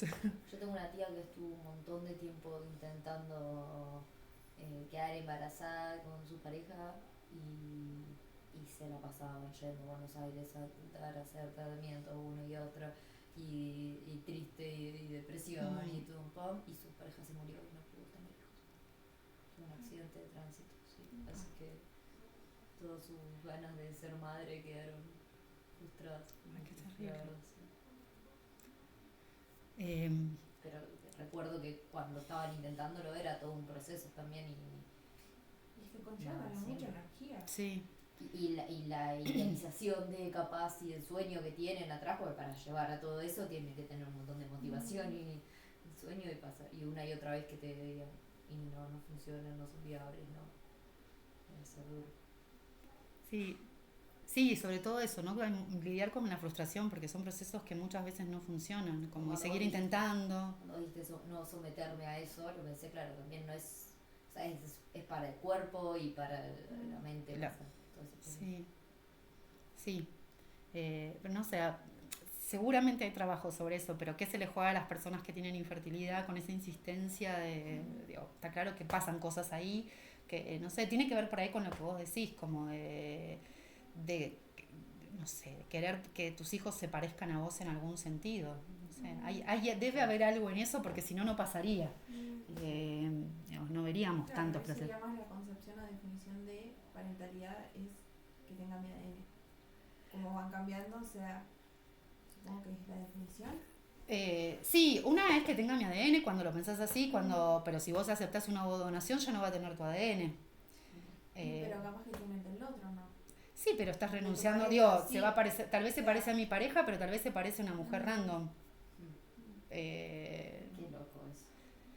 Sí, pero es como en un punto, y ahí es interesante algo que aparece en el texto, que es esta idea de, bueno, también muchas veces desde el discurso de quienes ofrecen estos servicios, se habla de, bueno, también la paternidad-maternidad es crianza. El tema es que si insisten mucho en ese argumento de la crianza, adoptar, claro. Exacto. Si la paternidad-maternidad efectivamente es crianza, basta solo con adoptar. Sí. Que bueno, nada, hay cosas que se juegan sí, que habrá que ver. Como también hay algo de los procesos de adopción en nuestro país que son súper complejos. Digo, en general. Sí, no sé. Yo conozco gente que ha hecho muchos intentos. No sé si han mejorado mucho. En el último tiempo veo más casos. Tengo una amiga que trabaja en una casa de estado de hogar con nenes que son extraídos de la justicia y para adoptar me dice que no es difícil. O sea, por ahí es difícil cuando querés un bebé. Ah, bueno, es que esa es la limitación. Sí. Pero tenés niños de 1 a 11 años en las casas y no es tan difícil. Bueno, yo creo que igual pasa que la gente quiere adoptar bebés. Eso es algo. ¿Vieron que hay como toda una línea de adopten niñas grandes?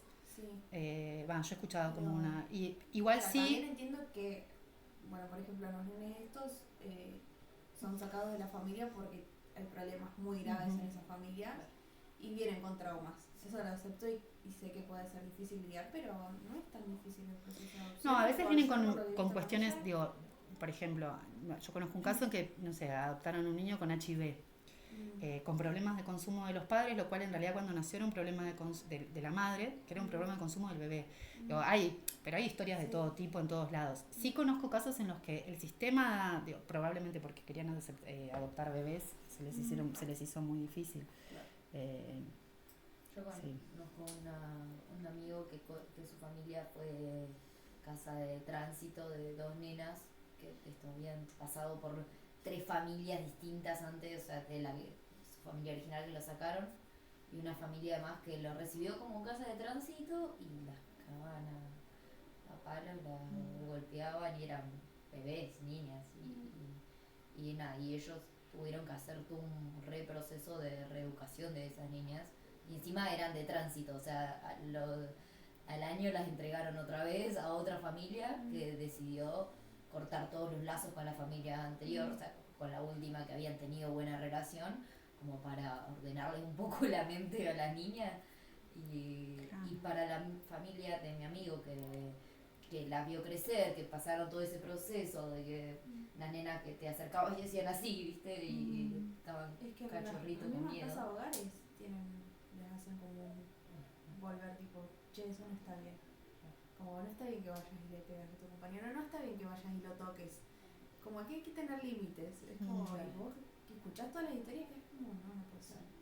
Sí. Bueno, para la familia de mi amigo fue muy difícil también, para ellos, haber perdido el lazo, no poder tener vínculo nuevo con esas nenas. Yo siempre pienso en esas familias, porque me parece de un amor inconmensurable, como encariñarte con una persona y después dejarlo ir. Yo no sé si podría, como me parece una generosidad increíble. Y es que encima pero no los podés adoptar vos. O sea, No, está adoptivo, Hay algunos casos, yo recuerdo un caso que como los procesos de adopción se demoraron tanto, hubo un caso en la justicia hace un par de años que a un nene pasó 2 años con una familia de tránsito, ponerle entre los 2 y los 4 años, y la familia esa pidió por favor, como hizo no me acuerdo qué terminó, pero era el reclamo, porque técnicamente no pueden, pero como el proceso de adopción no salía, no lo adoptaban y permaneció, no lo podían dejar ir. Realmente no era su culpa. Pero bueno, ahora hay un famoso que adoptó un nene grande, que también como que sale en las entrevistas y es como adoptan chicos grandes. O sea, Muscari. Ajá. Realmente les cambia la Mucho, vida. mucho material de Pronto, Sí. Revista Pronto. Es un director de teatro, Pero Muscari. está bueno también que hagan esas cosas de... No es solo ver que van a Estados Unidos y alquilan un vientre. Es como, sí, adoptó un chico de acá y es como... Y además Sí. eso, visibilizar que las adopciones no tienen que ser solo de niños, de bebés. Sí. Lo que pasa es que es complejo, yo creo que hay que estar súper dispuesto a adoptar. Yo recuerdo haber escuchado una vez un podcast de una mujer que adoptó una chica grande y todo lo que había implicado adoptar una chica grande, ya tenía más hijos biológicos, pero nada, como es difícil, pero a ver, no creo que sea... Por ahí sí, es más difícil, pero tener hijos es difícil. Sobre todo tener hijos adolescentes es difícil. Aunque los hayas criado vos. Aunque los hayas criado vos, te van a decir te odio igual. Claro. Sí, ahí lo digo por experiencia personal. Mi hija tiene 12 años y es súper adolescente. Sí, te odio, mamá. Ya empezó. Bueno, volvamos, sí. Los agentes devienen proveedores. Esta idea de pensar a quienes están donando, esta palabra altruismo que aparece sistemáticamente, las acciones altruistas son aquellas acciones por las que no esperamos ningún tipo de retribución. Yo hago algo para mejorar tu condición de vida, para mejorar tu vida en general, para lo que fuere. Es un acto altruista. Yo lo hago porque me parece que está bien hacerlo. ¿Sí? No espero nada a cambio. El sentido ambiguo que señalan los autores tiene que ver con esta idea de que el altruismo también se combina con, igual es un altruismo pero con beneficios, porque te estamos pagando, porque te cuidamos la salud. Así que ese es el lugar en el que quedan especialmente las mujeres que donan sus óvulos.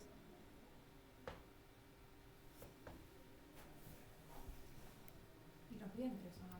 Y los vientres también, todo es altruismo. Todo tiene que ser Tenemos por ayudar, sí, pero en el medio tenemos que garantizarnos de que efectivamente tu motor sea la ayuda, ¿sí? Que no, por ejemplo, que esta idea de que no tengas una enfermedad mental, no solo porque la puedas transmitir, sino porque, digamos, puede ser que te haga hacer algo que no es lo que querés hacer efectivamente o demás, que lo estés haciendo porque tengas Lo que motivo. queremos que hagas. Sí. Que fueron los denuncias, Claro. problemas legales. No busques la cría. Bien, otra cuestión que aparece en relación con la vía, con los materiales o con estos biofragmentos es la cuestión de la propiedad diferencial, de quién son y cuánto pagamos, ¿sí? O cuáles son, si tenemos, alquilamos tu vientre, el vientre sigue siendo tuyo, podemos decidir, no sé, por ejemplo, qué comes, qué no comes, digo, cómo te cuidás, qué medio, cuál es el nivel de, digamos, de quién es ese material genético, de quién es ese vientre mientras vos estás gestando. Digo, esta idea que está cruzada sistemáticamente por relaciones de poder, digo, en el sentido de que una mujer que está vendiendo su vientre, por más que se suponga que sea una causa altruista, lo está haciendo por dinero. Entonces, bueno, si te están pagando para, ¿cuán libre sos, digo, de llevar adelante ese proceso? ¿Cuánto controlan ese proceso? ¿Sí? Bien, la cuestión del embrión como artefacto, y acá aparece fuertemente todo lo que charlamos antes, bueno, aparece en todos lados, pero acá aparece muy especialmente lo que charlábamos antes del planteo de Latour, ¿sí? Esta idea de el híbrido, digo, el embrión es un híbrido que resulta de la interacción entre humanos y no humanos.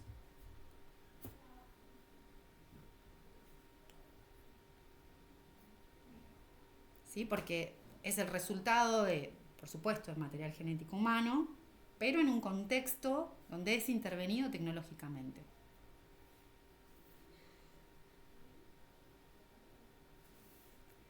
¿Sí? La idea de que es una intersección de dos mundos. Esta es la idea de coproducción. Es Hannah Montana. Ay, sí. The best of work, ¿cómo es? Sí. No lo había pensado.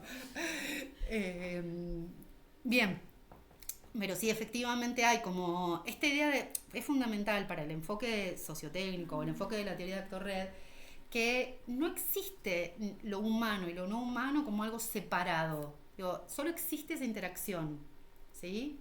Esa interacción es el resultado de esta construcción de sentidos corales, en sentido de múltiples, y que a veces son contradictorios.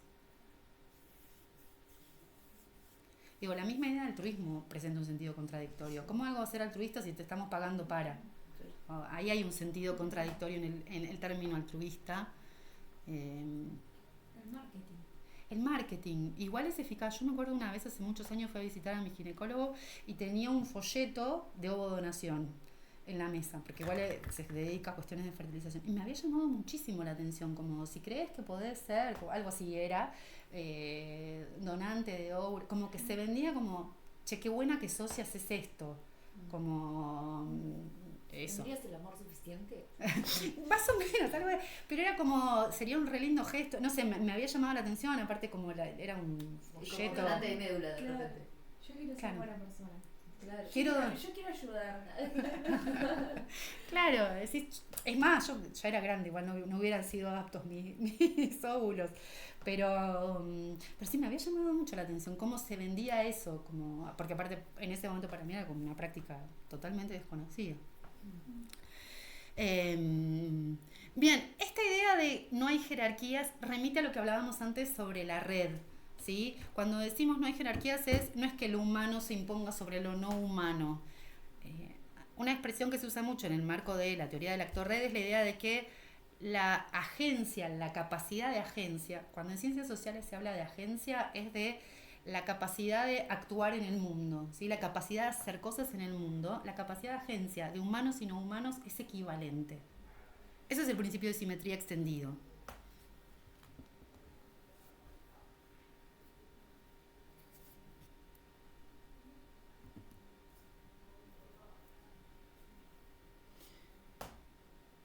Bien, el tercer elemento es la cuestión, algunas cosas ya las fuimos diciendo, de cómo se empiezan a definir las parentalidades, ¿sí? Que se resignifican las nociones de maternidad, paternidad y filiación. En buena medida esto que, digamos, cómo la paternidad a veces se piensa como lazos biológicos, que sobre todo en el caso de las mujeres, los lazos legales más vinculados a la paternidad, el reconocimiento legal, y cómo esta misma idea de la maternidad legada a la biología cambia en el contexto del uso de las técnicas de reproducción humana asistida, y se pasa de lo genético a lo fisiológico, o cómo eso se va moviendo.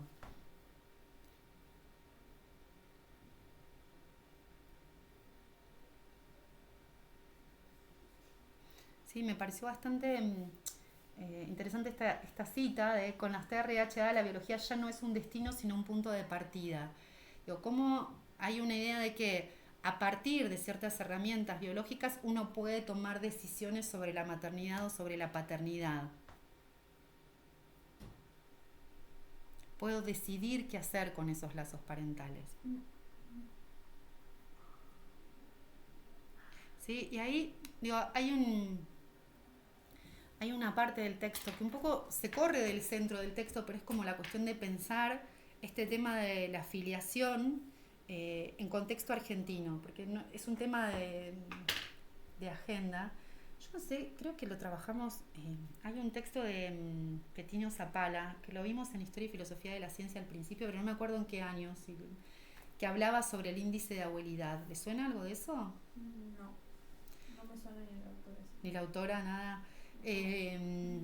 Bueno, ¿cómo? ¿Índice de abuelidad? De abuelidad. De No aparece. de Plaza de Mayo. Exacto, de las abuelas de Plaza de Mayo. Yo Porque- creo que eso lo hemos visto más en genética, o mencionado como... ¿En genética? Sí. Lo noto medio al final de...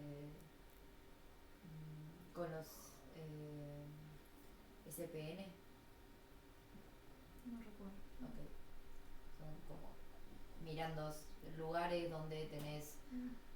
Bueno, ves parecido de la secuencia en distintos sectores y ahí puedes sacar un porcentaje de qué tendencia tendría de que sea o no su nieto, ¿viste? Si es Claro. probable o no es probable.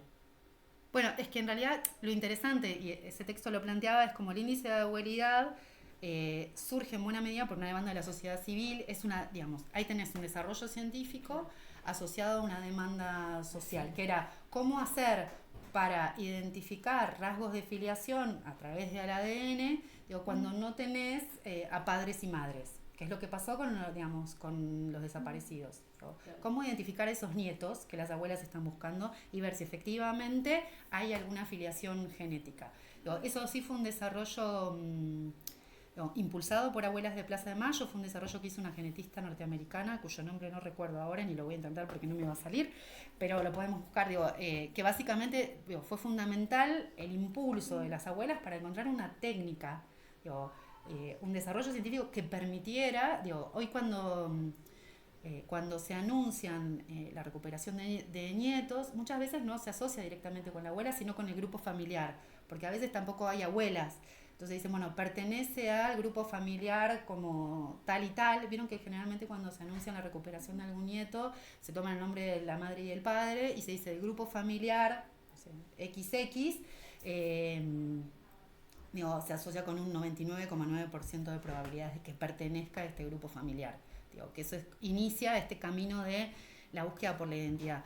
Lo que es interesante en esos casos, también de cómo pensar la cuestión de la filiación, ¿no? Porque claramente hay una filiación genética, pero ¿qué pasa con la crianza? En general, cuando todos los procesos de recuperación tienden a denostar la crianza, como parte de, como la filiación. Vieron que es un problema y todos los procesos de recuperación son diferentes porque hay algunas personas que tienen vínculos con sus padres y madres adoptantes. Eso también depende si fueron adoptados de buena fe o efectivamente sabían que la familia que se los apropió sabía que los estaba apropiando, que en muchos casos. Pero hay, yo no sé, esta campaña no creo que la recuerden, pero hubo hace un par de años una campaña que se pasaba en Paca Paca, que era de nietos recuperados. Y entonces como contaban, por ejemplo, como una chica creo que le contaba que le gustaba mucho nadar y después cuando supo por qué le gustaba tanto nadar, porque el padre nadaba. Digo, hay algo de cómo se construye la identidad que en realidad es meramente genética en esos relatos. Digo, como que hay... ¿Cuál es el peso que se le asigna a la genética en este proceso de filiación? Digo, porque generalmente son personas que recuperan su identidad en casos de los 30, 40 años. Digo, hay gente, hoy por hoy, digo, no sé, los nietos recuperados tienen 50 años en promedio. Sí. Digo, Nietito. no, claro, no son nenes en ningún sentido, gente de mi generación que tiene, digamos, que es recuperada. Entonces, bueno, ¿cómo se identifican esos procesos de filiación cuando tenés una vida, la mayor parte de tu vida la viviste con otra historia y tu identidad se construyó con otra historia? ¿Qué peso se le va a asignar a lo genético en eso? ¿Qué es lo que determina tu identidad? ¿Lo genético? ¿Cómo te criaron? ¿Cómo haces para modificar lo que te criaron? ¿Qué haces con esa herencia que tenés de crianza? Digo, sobre todo cuando no es que te restituyeron, que hay casos así, hay algunos nietos recuperados que fueron restituidos muy tempranamente a los inicios de la democracia, por ejemplo, no sé, los restituyeron con 8 años, 9 años, 10 años. Digo, que ahí, bueno, es diferente porque tenés toda una vida por delante, pero a los 50 años, ¿qué haces con esa información? Tenés toda una crianza y cuál es el peso que se le asigna a lo genético. Esa campaña de Abuelas de Plaza de Mayo a mí me había impactado retrospectivamente, porque cuando la miré no lo pensé, después de leer varias cosas lo estuve pensando, digo, el peso que le asigna a lo genético en cómo somos, digo, en nuestra identidad, si efectivamente tiene tanto peso lo genético en nuestra identidad, ¿no? Como, entiendo que desde el punto de vista de abuelos lo tiene que tener, ¿no? Porque es como parte del discurso. También es parte del discurso de vos tenés que saber quién sos. Es muy perturbador haber creído toda tu vida que creciste en una familia, que esa era tu familia y que no lo fuera. Yo lo encuentro muy perturbador, me imagino a alguien de mi edad pensando eso. Y había otra campaña que también era impactante. Una mujer que iba con su hija chiquita al médico y con la madre, y el pediatra le preguntaba antecedentes de, no sé, cosas que preguntan los pediatras, no sé, diabetes en la familia, y la chica decía no, y la madre de la chica, que era alguien que la había apropiado o adoptado, no sé, como se quedaba como con cara de no lo sé, tipo, no sé si hay, porque vos no sos estrictamente mi hija, si hay antecedentes. Nada, me parece que lo que pone en juego y aparece un poco en el texto también es qué pasa con la identidad de esas personas, ¿no? Cómo se construyen las identidades en relación con estas parentalidades híbridas, ¿no? Y sí, me parece que se va un poco del texto, pero no deja de ser un dato curioso lo relevante que es para nuestra sociedad la afiliación, en términos de estos procesos de recuperación, de cómo pensar esos lazos familiares, ¿no? Como eso. Y sí, si alguna vez se topan con algún relato de un nieto recuperado, presten atención, al relato que hacen de sus familias biológicas. En general, siempre los que yo he escuchado le asignan mucho peso a, bueno, yo descubrí que me gustaba cantar y en mi familia nadie cantaba, en mi familia de crianza nadie cantaba, y bueno, era porque mi mamá cantaba. Esto me lo estoy inventando, pero hay mucho de ese tipo de relatos, la necesidad de conectar la identidad con lo biológico. Como... Que no sé si epigenética tiene algo que ver con eso, si se ha comprobado a ese nivel que esté codificado genéticamente algo de comportamientos, de gusto, así. La verdad que no lo sé. Eso creo que hay algunos estudios en esa clave, pero no sé sí, algunos me parece que había como de la relevancia de la epigenética. Es relevante y ahora está como en discusión y se está como, bueno, buscando desentrañar qué tan relevante es o en qué cosas tiene injerencia, pero bueno, no sé si en algo así. Bien, otro elemento más que aparece mencionado, que igual es simplemente aportar otro concepto, esta idea de coproducción, los autores la ligan a una autora que se llama Hasanoff, que también viene de los estudios sociales de la ciencia y la tecnología, que básicamente, la idea de coproducción es la que mencionábamos antes, cómo en realidad lo social y lo natural se coproducen. se co-construyen.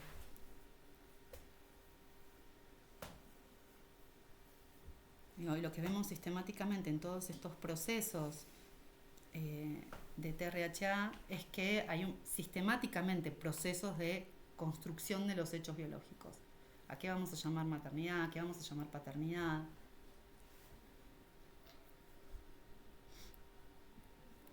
Bien. Terminamos, sí. Bueno. Sí, es que era un texto breve. Y eso que lo metiste en teoría antes. Me imagino a Juana escuchando las conversaciones. Sí. Nos fuimos, pero no tanto igual, creo. Juan, ¿alguna duda? ¿Te aburrimos mucho? Sí, no, hay algunos aspectos teóricos que no los manejo cuando fue al principio de la clase, algunos conceptos y demás que, bueno, me falta incursionar en esa parte por ahí de la ciencia o de la materia. ¿Querés que Pero, retomemos por alguna en ejemplo, particular? no.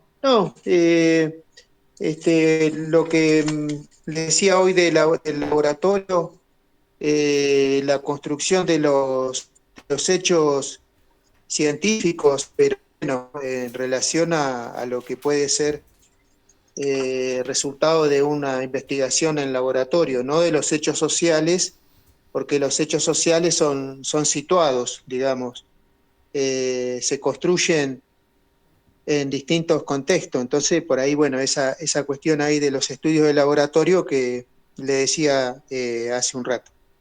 Y respecto del trabajo, de este último trabajo, esta última lectura, me quedó ahí la duda de las agencias, como, digamos, como parte de las respuestas que dan los grupos o los actores sociales, en este caso quienes participan en toda esta red de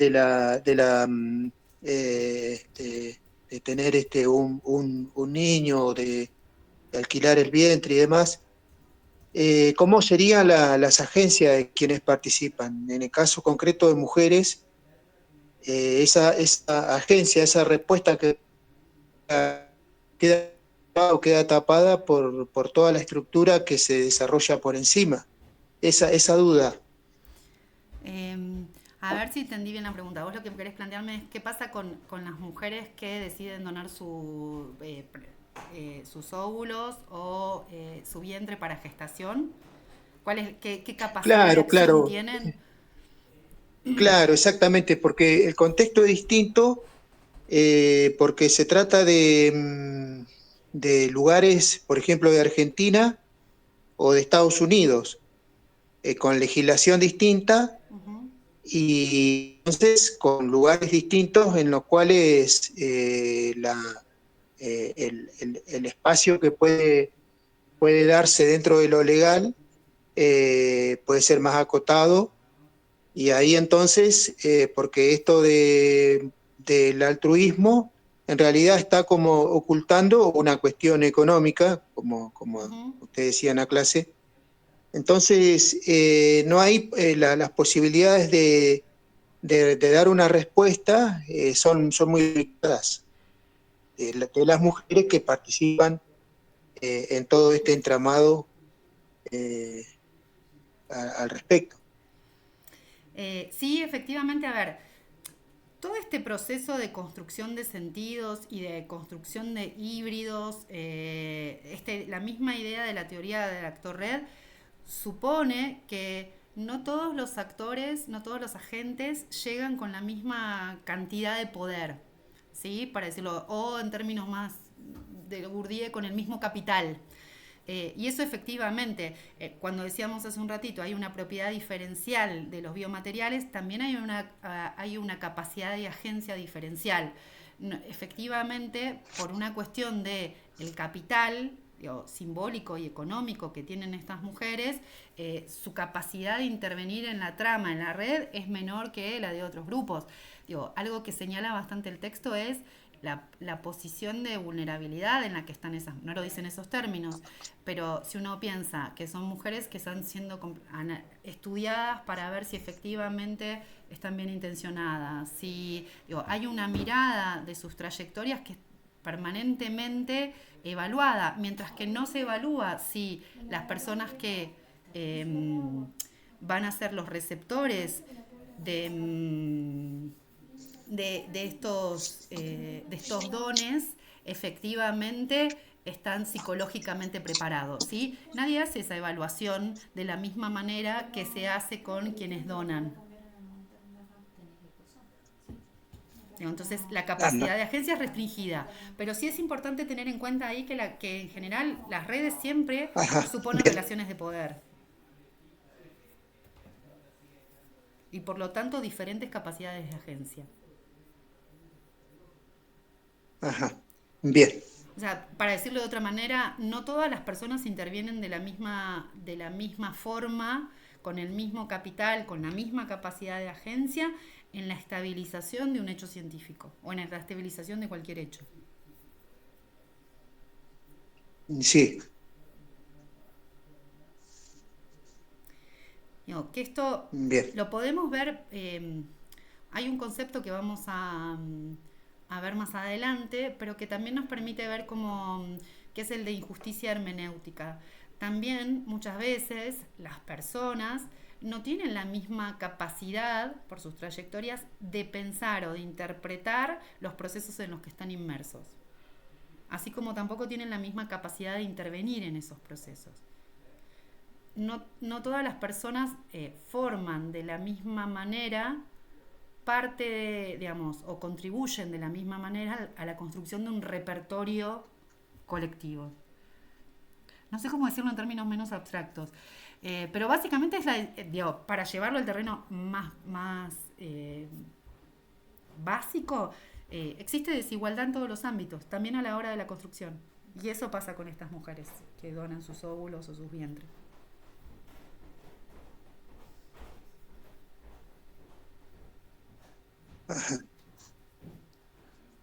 Bien, bien, profesora. ¿Quedó más Ahí claro entendí. ahí? Sí, sí, sí. Buenísimo.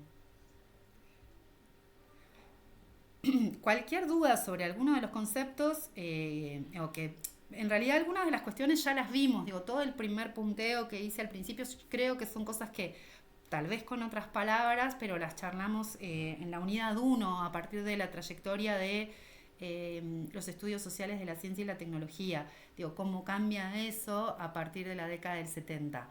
Lo novedoso tal vez es todo esto como de este giro que se dio en los estudios sociales de la ciencia a fines de los 80, principios de los 90 del siglo 2000, del siglo 2000, cualquiera dije, del siglo XX,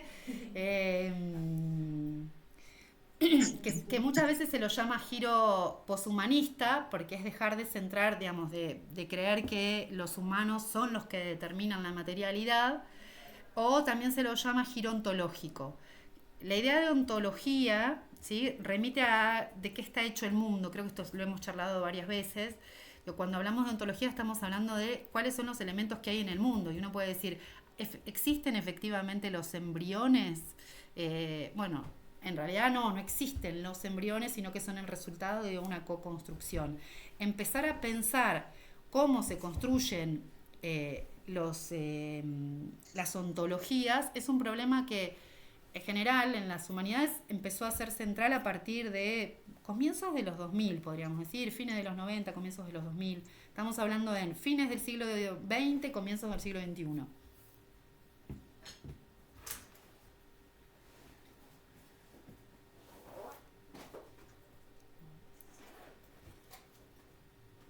Bien, no, alguna mención al texto de la semana que viene, que de alguna manera volvemos a pensar desde otro lugar, digo, por ahí con otras tradiciones, no tanto en parte de la teoría del actor red o del enfoque simétrico, la cuestión de la relación entre sexo y género, ¿sí? Ver cómo se articulan sexo y género, cómo se producen, digo, qué es lo social y qué es lo natural. Vamos a seguir hablando de qué es lo social y qué es lo natural, tomando la distinción sexo-género como clave, ¿sí? Para problematizar un poco esta distinción de el sexo es lo natural y el género es lo cultural. O sea, volvemos sobre el cuestionamiento a la dicotomía naturaleza-cultura, pero desde la tradición más de las epistemologías feministas.